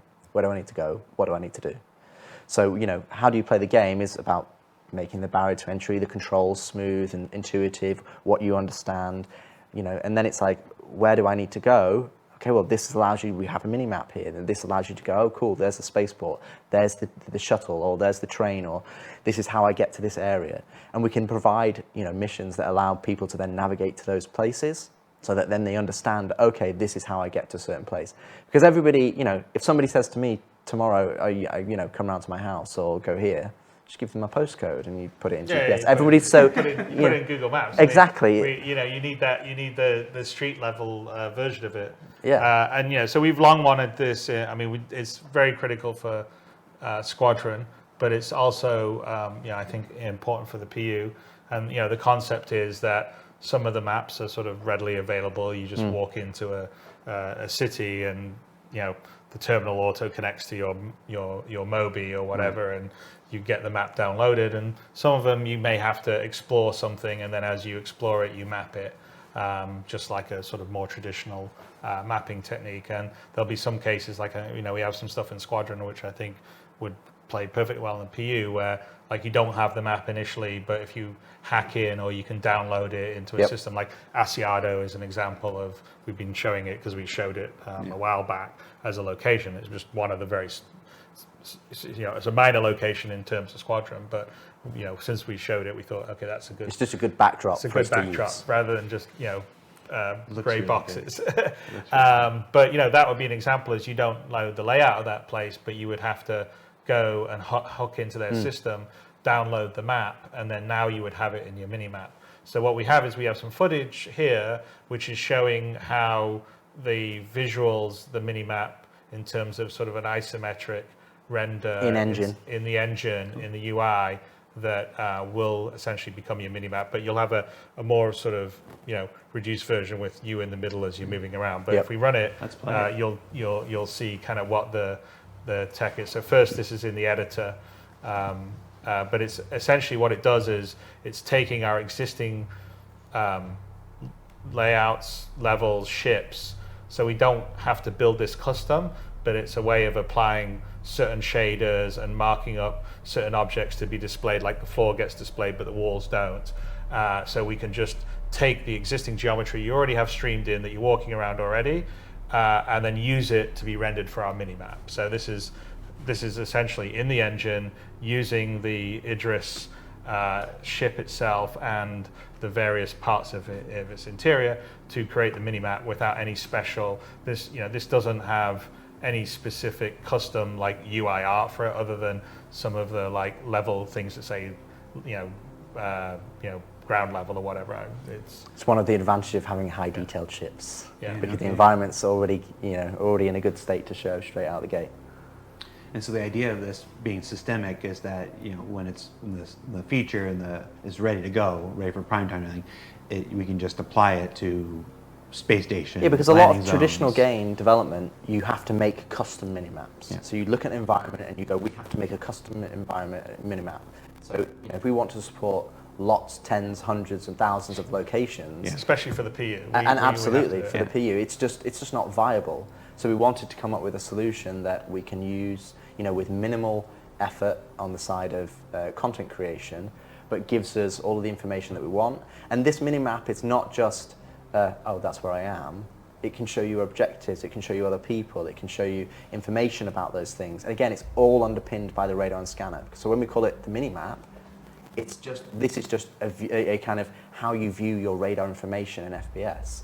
And your radar and scanner gives you so much more information than just, that's the name of the door. It tells you what's the state, does it have power, can I hack it?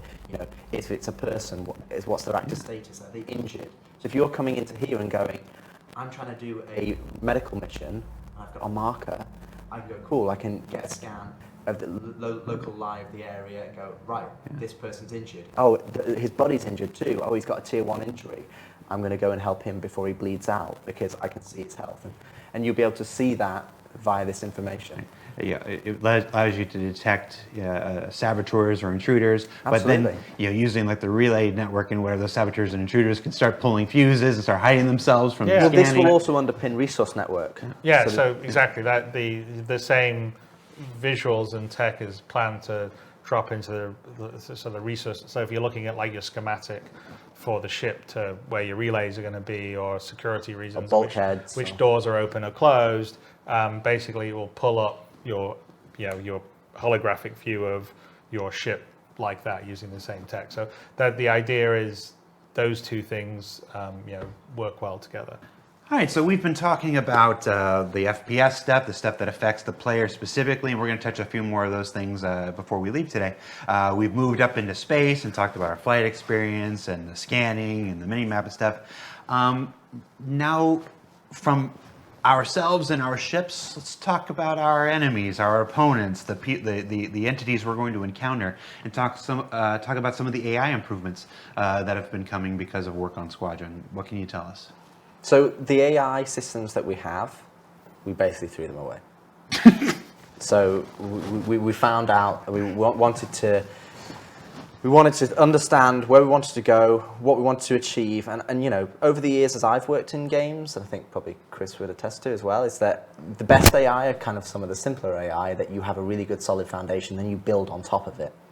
And I think our AI over the period of time that has been there, I think it's kind of had lots of different iterations, and it kind of lost its way a little bit. Kythera, and then yeah, it's kind of lost. So what we've done, and when we say they've also no one's the AI that's in the PU has never really had tuning time. No, exactly, the focus. And it was a basic implementation at the beginning, and then it's been rolled out, and there's so many other things going on that they really haven't had time to focus on it, because you're playing, and with the servers running at 6 frames a second, there's a whole bunch of problems that come with this that doesn't help the AI out at all.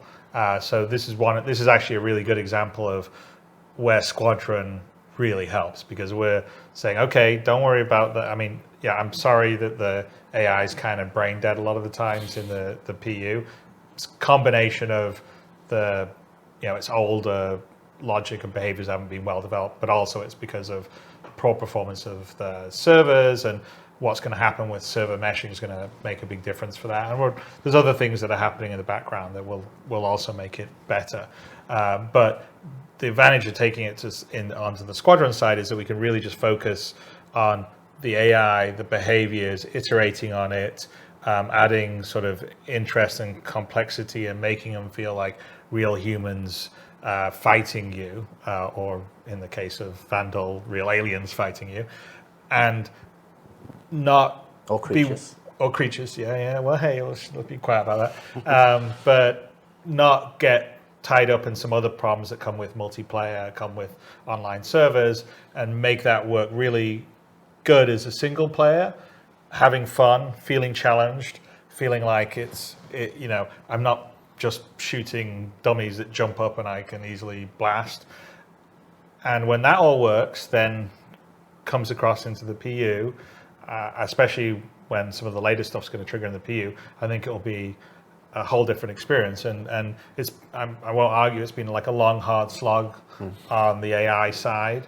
It's partly because we wanted to become really systemic, and we have a massive, especially in the PU, a massive world that can have all these different situations. So it's not, like if you're doing a standard FPS game, a Call of Duty, like the narrative parts of it, you know exactly where everyone's going to be, and you can sort of script actions for the AI to make them seem intelligent, but really they're kind of following scripts. Whereas with us, all the different planets, all the different, can you be, locations on the planets, or up in a spaceship, or all these different situations the AI could be in, there's no way you could script it all. So you need to make it systemic. It needs to understand the environment. It needs to have perception of what's happening around it, and be able to communicate with the other AI it's fighting alongside to seem like they're working as a team. And so that takes time to work.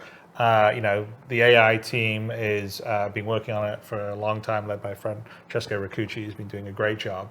And we absolutely have turned a corner this 100%. Year, because I've, both me and Rich actually, we were playing it when some of the blast systems came in, and it was challenging to say the least. Yes. And challenging in a good way, in like the fact that we were like, okay, we want to clear everyone out. Like we were running Asiato as a test level. Okay, let's see if we can just run and gun and take all the slavers out. No. And I mean, Rich is a much better FPS player than me.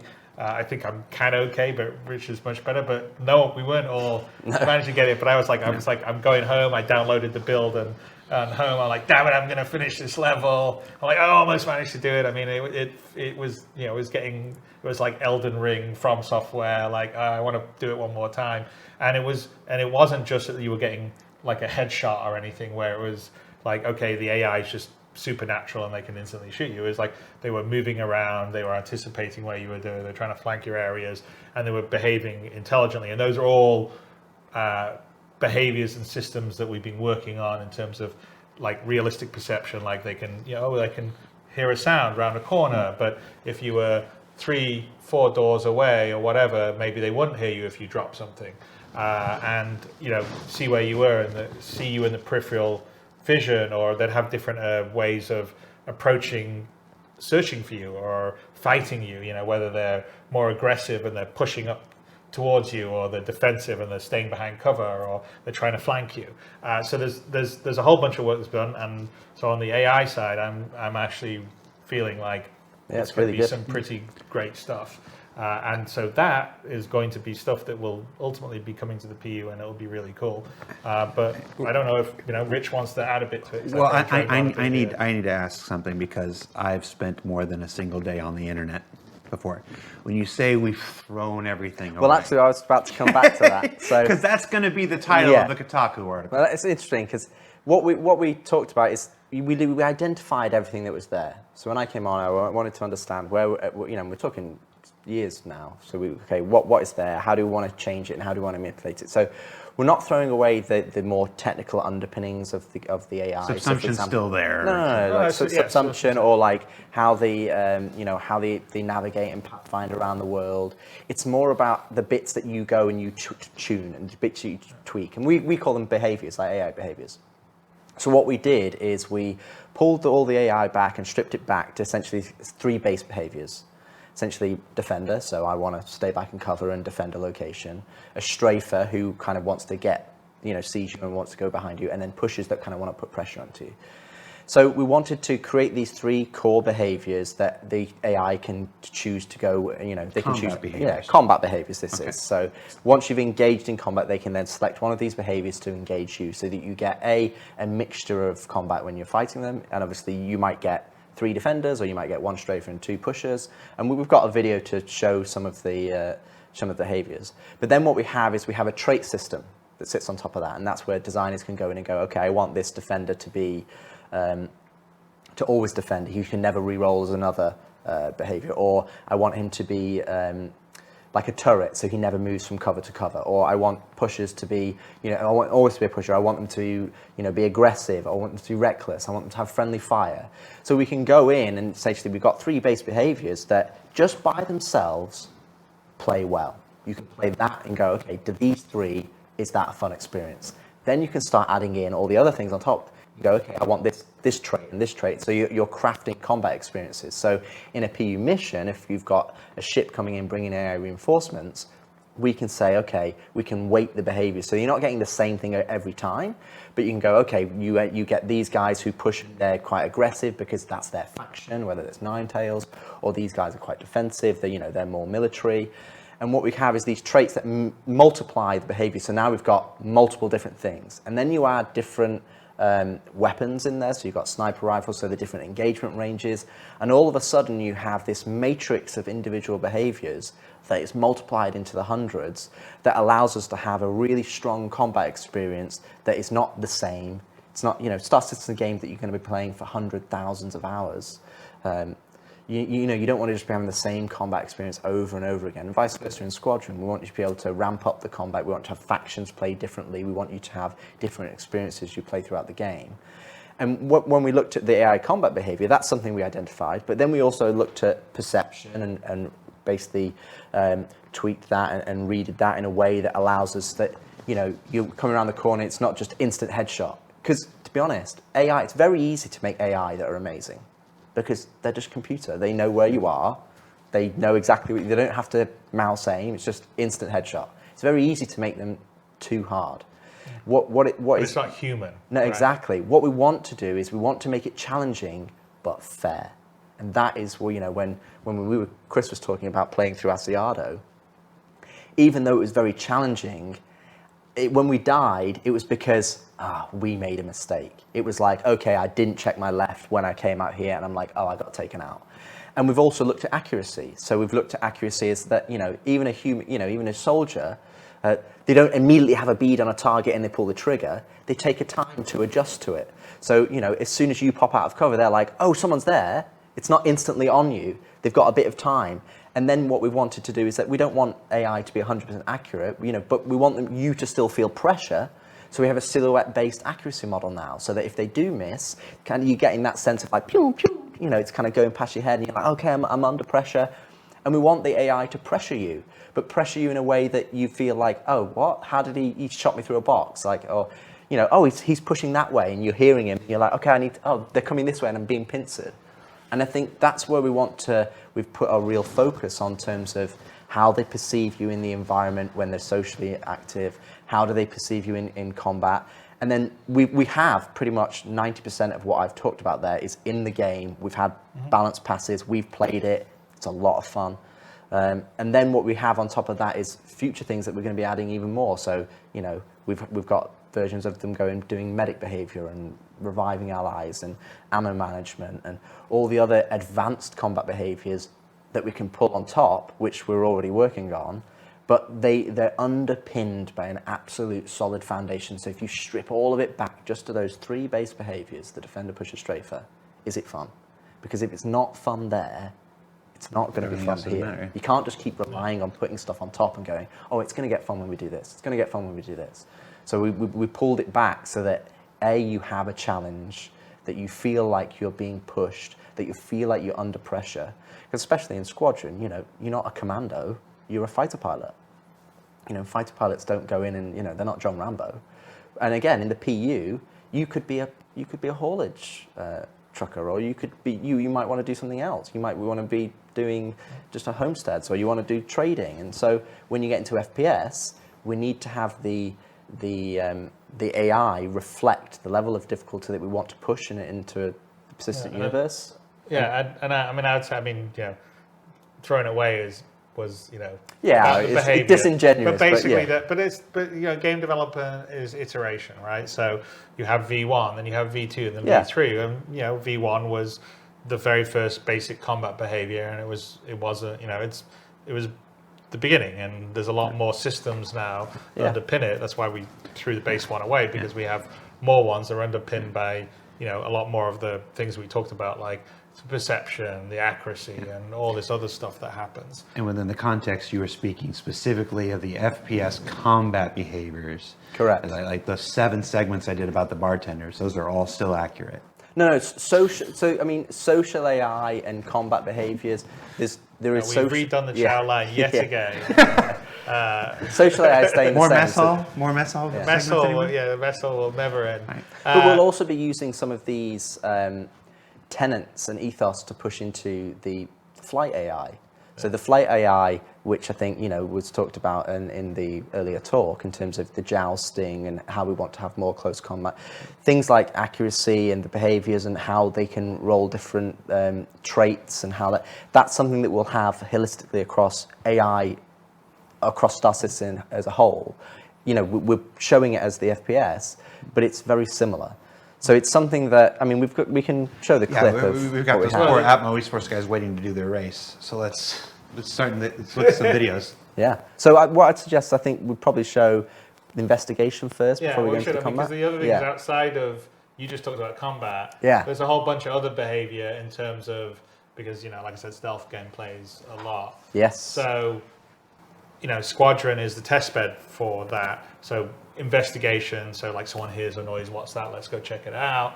They radio their, back to base or their buddy, hey, I heard something here. Or they get in a gunfight, they could actually call back, hey, I need reinforcements, and they'll come in. That's all behaviors that's working right now in Squadron. And then on top of that, you're making the joke about the bartender and all the rest of stuff. But really, the main cooking bed for what we call social AI, i.e. non-combat AI, is Squadron. There's a lot more stuff happening in Squadron that will come into the PU. So it's not just the bartender or even people eating at the chow line. It's engineers going about their daily business, or a janitor cleaning up messes that people leave systemically, or for instance Flight attendants or hangar personnel. yeah, the hangar basically operating on the hangar, and then when they're not fixing something, they're having a conversation on the side. For instance, there's a whole dynamic conversation system that Francesco's been working on that allows our AI, say, aboard the Stanton, which is the interest that you're based in.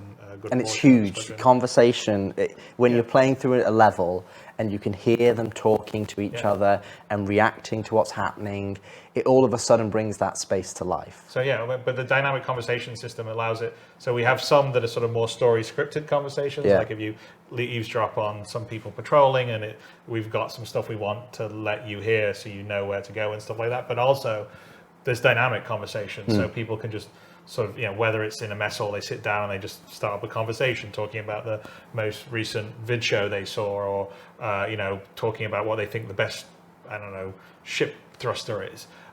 And there's a system in for that, and we're creating a recording. But that's also a system that's going to come into the PU that's going to create a huge amount of life. So when you go into a bar in the PU, or you're wandering around the big point of interest, the cities, people will be having conversations, gossiping, talking about, I heard there was something went on, the Ninetales attacked someone in Ryzen, but it will be systemic and dynamic, which is really cool. And it just adds so much. It just adds so much. So let's look at some of this in action. We don't have the conversation system stuff to show today, but let's look at some of the investigation stuff, and then we'll look at some of the combat stuff you were talking about afterwards. So we've actually got it as 2 videos. So there's the investigation in the test map, and what you're seeing here, in some respects, you might think that this is scripted, that this is something that we just put on a track. This is purely systemic. So if we captured this 20 different times, it would be 20. It would play out 20 different ways. So those individual there is going away to hide behind that orangey boxy, whatever we want to call that color. So that's the player. He's going to go. This is essentially a standard for the player. The other 2 AI are searching for him at the moment. The white spheres you see are basically hiding or cover spots. And so as AI, this is a sort of debug mode, as the AI goes around and they search, the spheres go away, indicating that, okay, they've checked that place, so no one's actually there hiding out in cover. So, and they're both kind of working together. So their logic is they need to clear these rooms first, and then once the rooms are cleared, they can sort of go on. So they share this information. So as they're clearing the cover points, and the cover points are basically all the nooks and crannies in the room, they're clearing the cover points and they're sharing together. So you'd see here that they're going, okay, this guy's coming in and go, okay, there's an open vent. Again, this is systemic. He's just coming to investigate this vent, but he's not cleared this entire room yet, so he's not going to progress. And he's just going to go and check the rest of the room alongside his buddy. And once they've then cleared it, they'll then progress. But again, here would be, you'd hear them talking to each other. I've not found him yet. Where is he?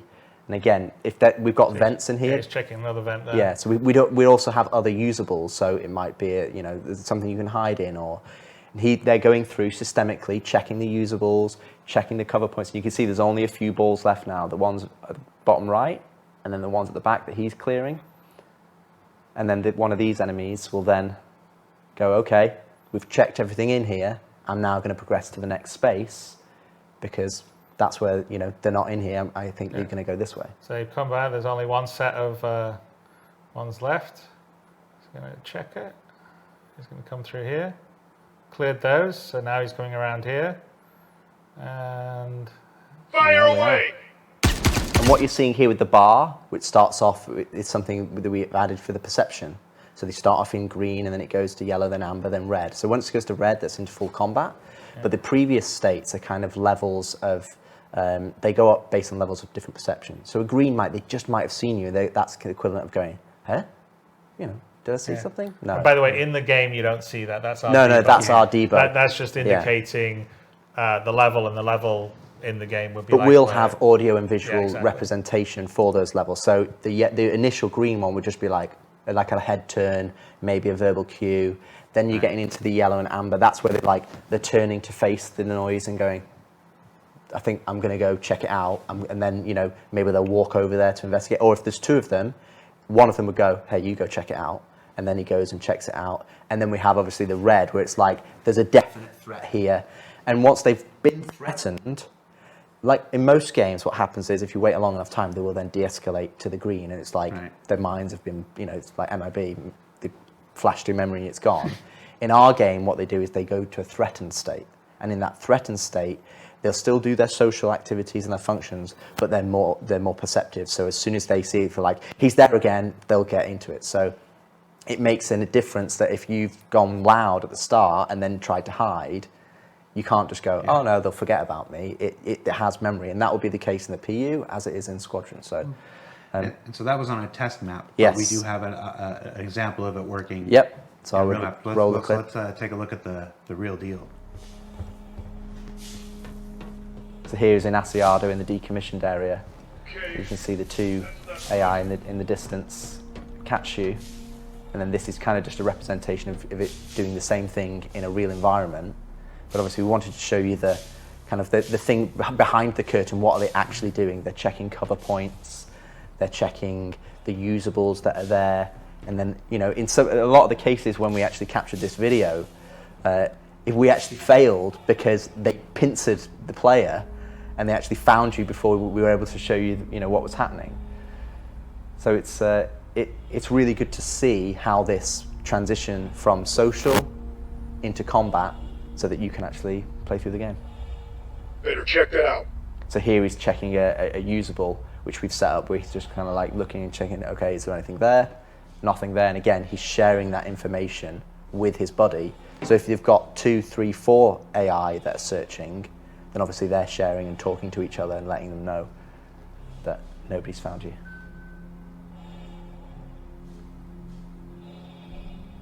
Like you may not be able to see them, but you're going to know they're out there looking for you. And if you stay in the same place for too long, they will find you. Yeah, so you can see the one in the background is actually looking over one of the vents, one of the railings, should I say, and then I think the Ross, who captured all these videos, I think he takes a bit of revenge. And again, not scripted. It's systemic. They understand all the hiding places. This is their station. They understand the hiding places. They understand where to look, and they just go through. So you can drop these enemies in any environment, and they will play out like this. But obviously, the choices that they make at runtime will be different. Wow. And this is where we have to make sure that the AI that we're working on, even though we're working on it in Squadron, it has to work for the entirety of Star Citizen in all the different environments, in all the different scenarios that you're put in. So it's a major improvement. So that's hiding from the AI, but let's look at some of the combat tactics now. So let's do combat tactics 1. So again, what you're seeing here is in a test map. We wanted to just kind of show you a bird's eye view. So we've just turned God mode on so you can see it. And you can see the labels here. So we've got the defenders that kind of push to cover points. Then we've got the pusher who's kind of pushing towards you. And then we've got the strafer who is kind of like taking more of a wider angle. Now, there are some similarities between all of the behaviors, but it depends on what happens. So whether they go to cover, a pusher, for example, can still go from cover to cover. A defender can still go to cover. So it's not like you've got these binary choices. It's about weighting the different choices throughout the behavior so that the AI provides something different, but also applies pressure to you as a player so that you're having to react to the AI. Right now, our current AI, you basically get the jump on them and you can just take them all out. But in reality, what we want is we want you to react to the AI because they're pushing you and challenging you. And we want that challenge to be fair so that you feel like you've made the mistake when you eventually, or if you do, get taken out. I want to get some of that God mode. And then we have one more video showing the tactics situation. Let's take a look at that. So this is just a short version but again, it's the same AI that have been dropped in. And they roll the dice they don't always become defenders or always become pushers or strafers. It can be random every time, so the combat experience is different. Oh. So you might all be pushers and they might all be defenders, but the way it works is if one of them rolls a defender, then the weight for them to roll another defender is lower. So essentially here you can see here that he's getting tagged a lot just because we want to show you the behaviours themselves rather than get taken out. So he's being a bit more aggressive than you probably would be able to. That's going to make the eventual speed runs a lot harder because they're not just Goombas that do the same thing every time. You can't memorize the patterns. And the other thing you might have noticed as well is that we're starting to have traversal opportunities for the AI. So they're not always just on the base nav. They can mantle over, in fact, I'm not sure we crouch, mantle, climb ladders. They can jump over railings and push you, or they can climb up onto things and shoot down on you. They can use ladders, they can do all sorts of stuff. So we're putting a fair amount of work into AI traversal, so they sort of understand the environment and how to traverse over it other than just flat ground. And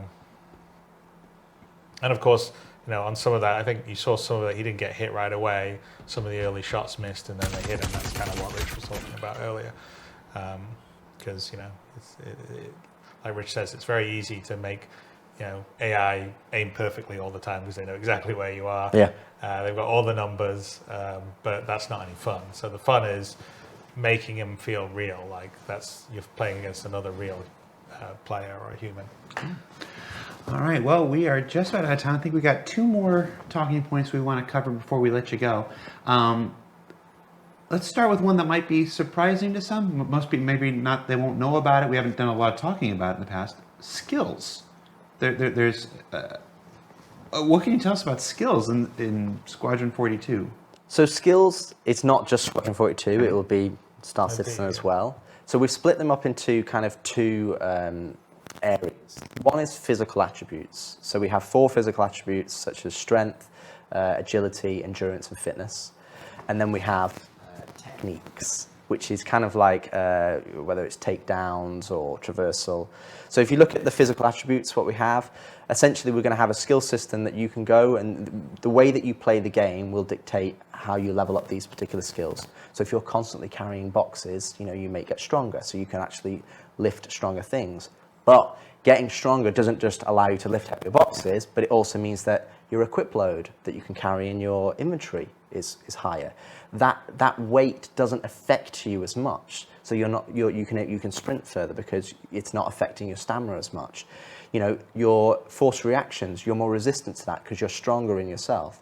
Agility in terms of like weapon swapping or going to ADS. We have endurance, so that's, for example, like how resistant you are to the environment. If you look at, say, Navy SEAL training or SES training in Britain, essentially, they have cold weather training. They have, you can survive in harsher climates. You can go longer without sustenance. And then that's what essentially endurance gives you. And also, for example, like G-force and readout, so that pilots train for that so they can actually modulate their breathing so they're actually able to sustain higher Gs than a normal person would be. And then you have fitness. So fitness, for example, you can have a higher stamina. So when we have swimming, you can swim longer, you can hold your breath longer, you can sprint longer. So we have these physical attributes and we have multiple different ways for how you improve them. And those physical attributes will denote how effective you are at certain things in the game. So, and that will come to obviously for flying as well as in FPS. But we're not going to be removing any of the skill elements. So there's nothing that we're going in there going, oh, you've got 10% more damage. Or, we're going to make you fly the plane better. It's like, no, that's always relying on your skill. This is the things that you can't necessarily improve. So, like I said, how fast you can sprint or how far you can sprint. All of those different things that are tied into your physical attributes. Well, it's like real life, right? Absolutely. I mean, you've got to spend some time if you want to increase your strength. Yes, you could naturally be born strong, but if you go to the gym and you start lifting weights, I can do whatever. I can like bench press 100 pounds. Now I can do 120. Now I can do 140. Now I can do 160. Now I can do 180, right? Well, you couldn't do 180 right from the beginning. You had to work the same if you're like running, you work your way up to a marathon. And so that's kind of the idea, is there are things that you do during the gameplay that, your gameplay can add to it. But if you want to take some time and go to the gym and do some squats, you can get some strength up. And again, that's part of like making that the living world. So if you want to invest in your character that way in a sort of more realistic way, the way the world wills, because like Rich says, we still want all the skill in terms of being able to, aim and shoot and do all the rest of the stuff. Then you can do that if that's something that makes sense for what your character is going to be. I mean, in Squadron's one thing, but in the PU, I'm a cargo hauler. I probably don't really need to be all buff and everything because Exactly. I'm sitting there in the cab of my Caterpillar hauling a bunch of cargo. But if I want to be a bounty hunter, maybe I want to invest some time. So if I'm in a foot race trying to take someone down, I can outrun them. Yeah, because if you're wearing the same, if you're wearing heavy armor and they're wearing heavy armor, and you've put effort into skilling up your character because you're saying that's the dedicated area of focus that you want. You can run further than them. You can carry things, that are heavier than they can. You can equip things onto you, and it doesn't affect you as much. So all of those different physical attributes, it allows you to progress your character in those ways. And then we have the technique side of things. So we're going to have multiple different techniques for lots of different skills across the star system. But a good one to how to explain it is it's almost like the 10,000 hours. If you do 10,000 hours kind of thing, you're better at something. So takedowns is a good example. So the first time you do a takedown, that's going to be quite sloppy. It's going to take quite a long time. You might struggle and eventually you take them down and it's like, oh, okay, the guy over there heard me. It's not very good. And after a certain amount of time that you practice at them. Yeah, more takedowns you do, the better you'll get better. So then they'll change different animations. So now you'll unlock a different animation where it's smoother. Steve Bender is very looking forward to doing all the versions of takedown from sloppy to super killer pro. Yeah, and at the end ones, it'd be like, straight in, straight out. Sloppy. You lower him down onto the floor. It takes, it's much faster. But you've put in the effort to level that skill to a level that you want to achieve. And I think that's what skills is about. It's about giving players goals that they want to do. We'll have the same for melee, like fist fighting, combat, or knife fighting.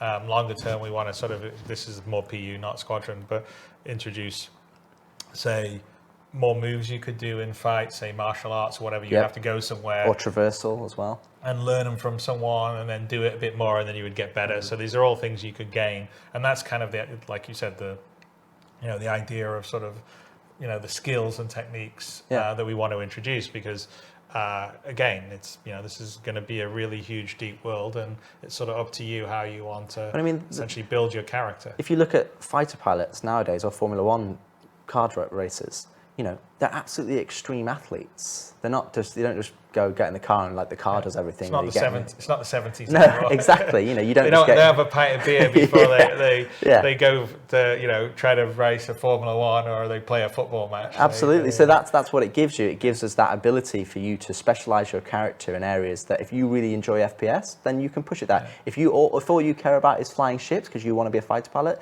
then you can be like, okay, I want to level up agility or I want to level up endurance because endurance allows me to hold more Gs. So, if that guy was going to black out, I'm not going to black out because I'm going to be able to do it. And it's those slight 1% differences that allow you to put some effort into do. And that you will be able to level them as you just play the game organically. So you're not going to have to go out and level them, like Chris said, squats. If you do squats, like that's the equivalent of us going from crouch to stand, essentially. Yeah. It's like we will allow you to do things like that if you want to go and kind of like level them yourself, but you'll also just be able to level them by naturally playing what you like in the game. That Pilates area in Microtech. We went all the info, and then the other thing that we're going to do, which will tie into the last thing you're going to talk about, is the way that you'll sort of track this is the same way as I've got an Apple Watch on here, and I can have my health app that will tell me kind of how unfit I am, right? Or how fit I am. Unfortunately, at the moment, it's mostly unfit, but that will be essentially one of the apps in Imobiglass, and then one of the last things that we're going to talk about as far as some of the stuff we're doing in Squadron is there's a complete redo of the Mobiglass, and the first iteration is in Squadron. There's a sort of cut down set of apps in Squadron because it's the military Moby class, and you don't need all the cargo trading and all that kind of stuff that you would want in the PU. But it's a framework that we're building almost like our own operating Moby OS. system, yeah. And it's all in building blocks, so all Flash stuff's gone away.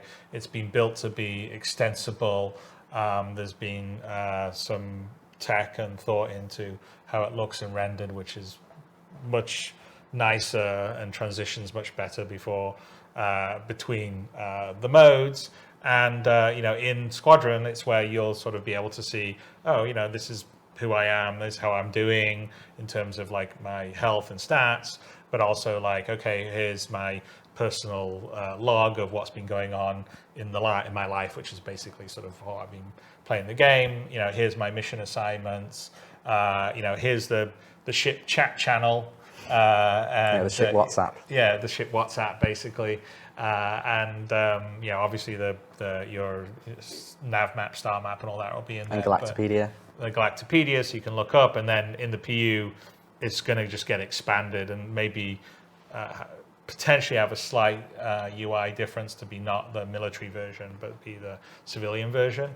But it will all go in the same framework using the same base work. So one of the things that we've been really trying, not just on the Moby, but on the HUDs and the MFDs, is they're all using a common building block framework, and we're trying to share the same base code stuff so it's easier to support and maintain. Because one of the problems right now in the PU is because there's a hodgepodge of the old system, which is the old sort of Flash scale form system, and the new building blocks, it's really hard to extend stuff right now. And so one of our big obstacles to doing features is actually the UI. And so Squadron's one of the ways that we're really going to sort of just, clean the house and make it easier. So then in the PU, extending things will be easier and simpler. I don't know if you want to say anything more on the Moby Glass.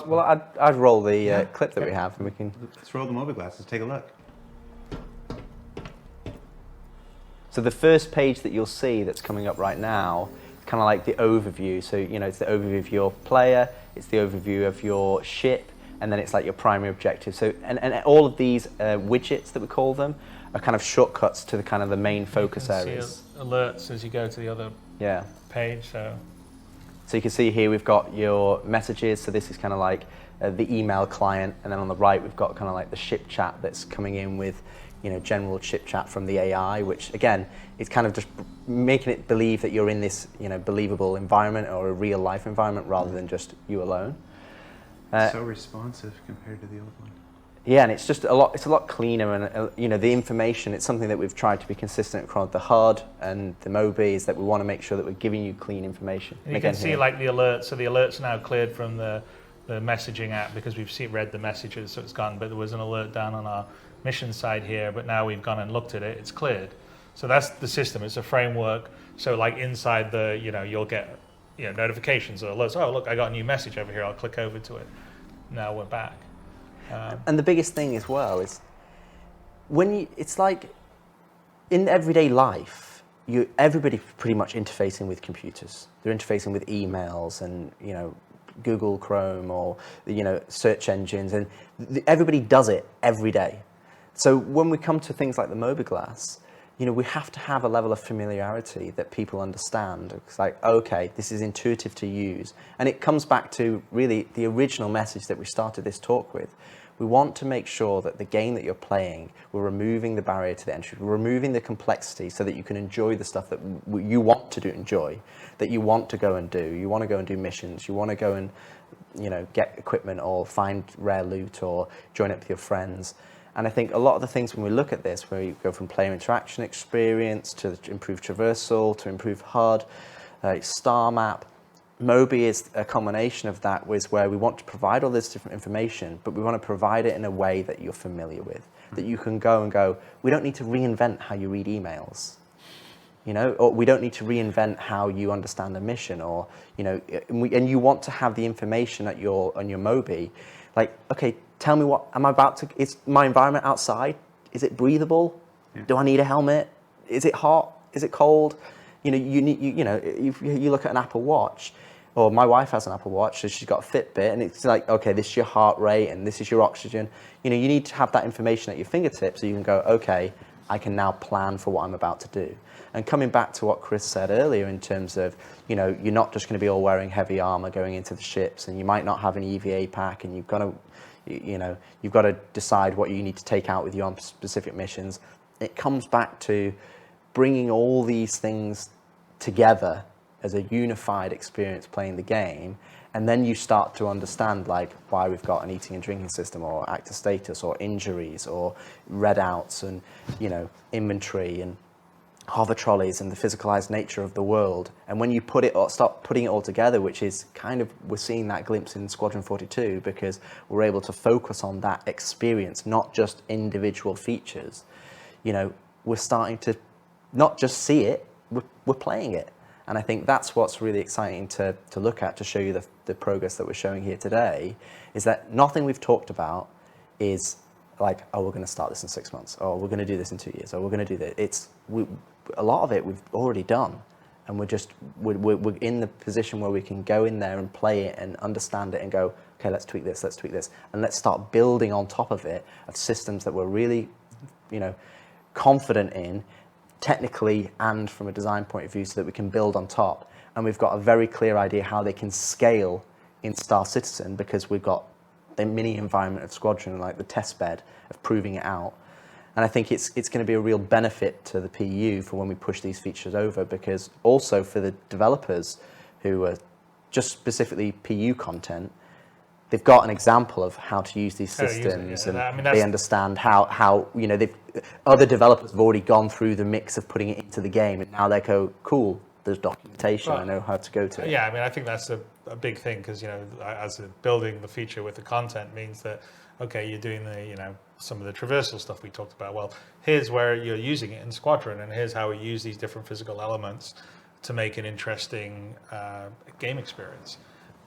And that means that the PU team that's now going, oh, we want to do 10 of those or 100 of those, has good examples of how to use it, rather than here's a feature, you figure it out. Because again, that was a lot of things that went in were that, you know, it's like trolleys, as we use an example, or the mounted guns are just features that didn't really have gameplay or use associated with them. So, you know, I mean, there's a lot more going on in Squadron than just this, but we thought this is just a snapshot. It would be very good to talk about some of the core gameplay things that we're working on, because we know that people are saying, hey, we'd like these to be better, or this to be easier to use, or smoother, or more responsive, and that's absolutely, we know, and we're working on, and the plan is it's definitely going to be in the PU as well as Squadron, and Squadron is working on the PU too, everybody.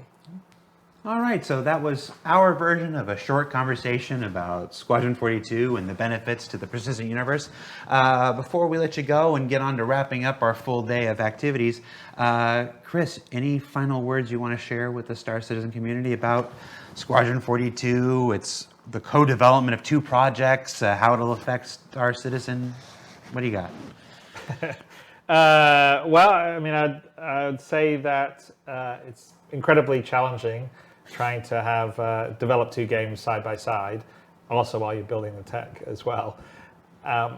And it's also incredibly rewarding. I have to say that the feedback, especially on the PU side that we see all the time, really helps inform as developers what we're doing all the time. And so, and it informs what we do on the Squadron 42 side too, in terms of some of the base mechanics, some of the areas that we go, okay, well, you know, we want to work on this thing and improve it. It's all the stuff we've really talked about this time. But, you know, for me, it's an incredible privilege to be building something of the level of ambition that we're doing on both Squadron, but also Star Citizen. Because, you know, ultimately, I think that Star Citizen itself, in terms of an experience, in terms of how you can seamlessly go from sitting inside your ship, looking at your interior here, look at this Constellation Phoenix, and walking outside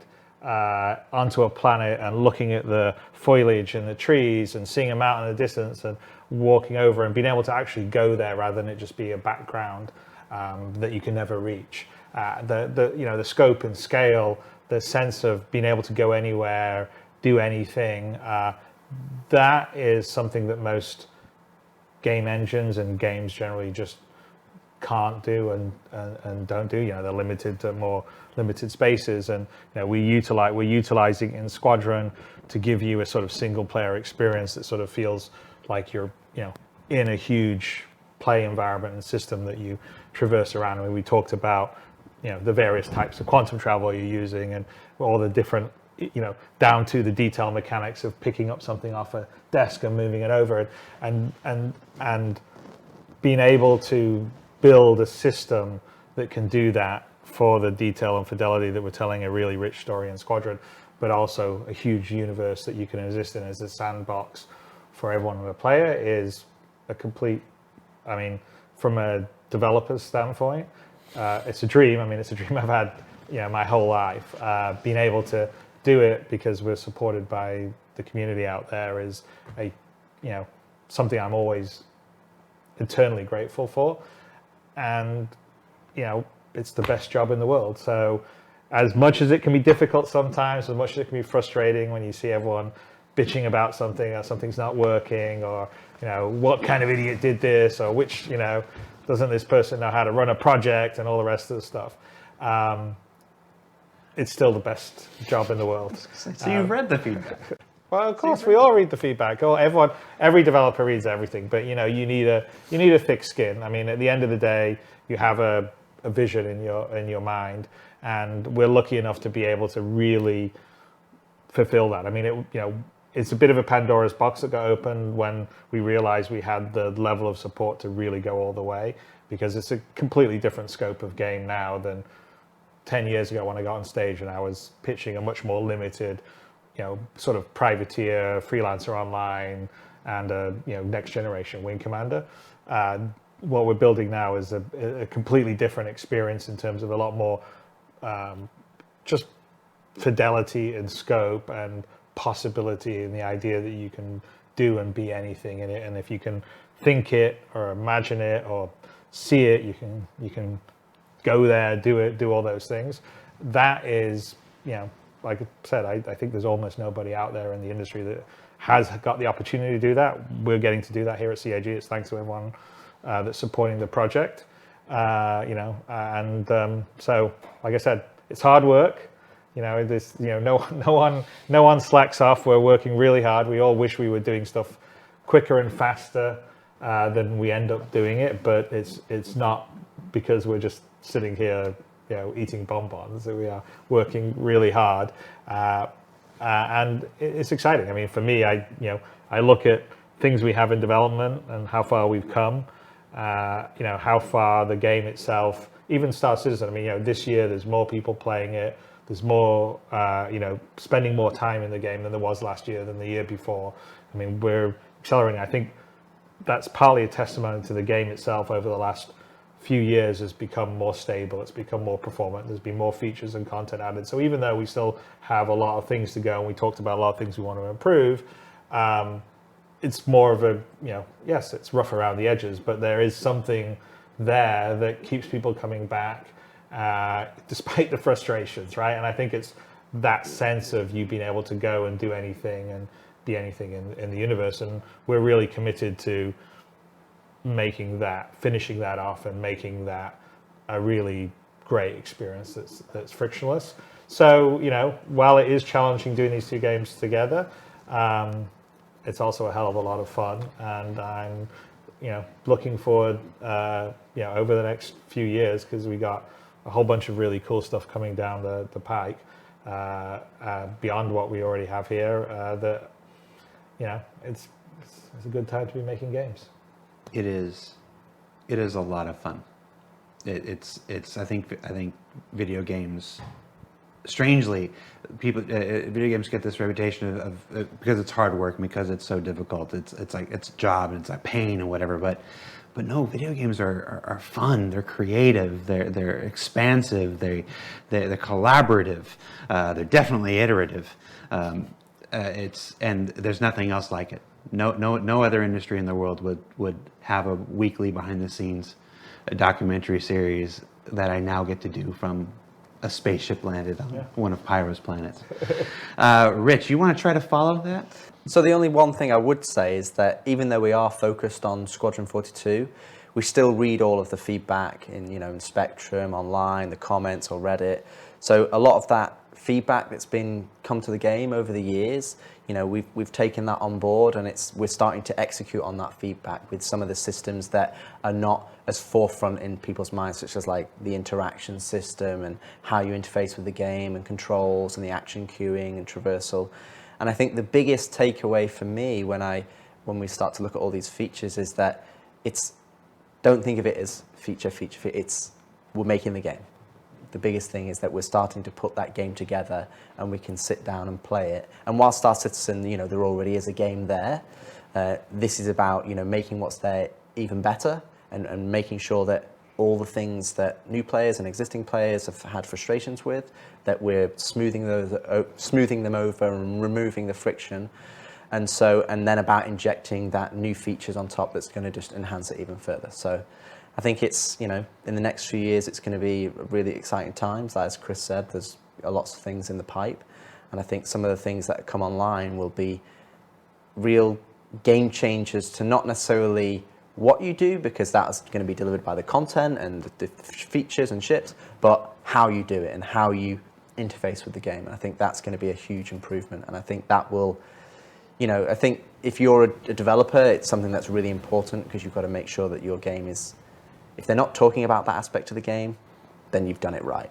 And I think that's where we're getting close on at least on Squadron 42, so that we can then map that over to the game.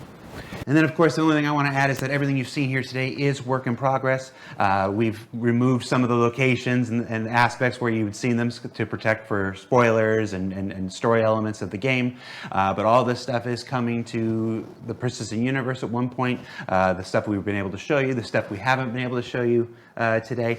And if you were surprised by the skills part in particular, like we just kind of snuck that in there before the mobiGlas, rest assured we will be following up on the skills conversation with visuals and a more in-depth discussion of how that'll work and how you'll interact with that and stuff as we get closer to being able to do so. So if you've already gone to Spectrum or Reddit or your YouTube thumbnail and added little red laser eyes to Richard Tyrer, that last part's okay, but everything else, we just ask that you hang tight and give us the benefit of the doubt. It'll be fine. So thank you, Chris. Thank you, Rich, for taking the time to talk a little bit of Squadron 42 with us and how it'll affect the PU. We are just about to wrap up our entire CitizenCon day here.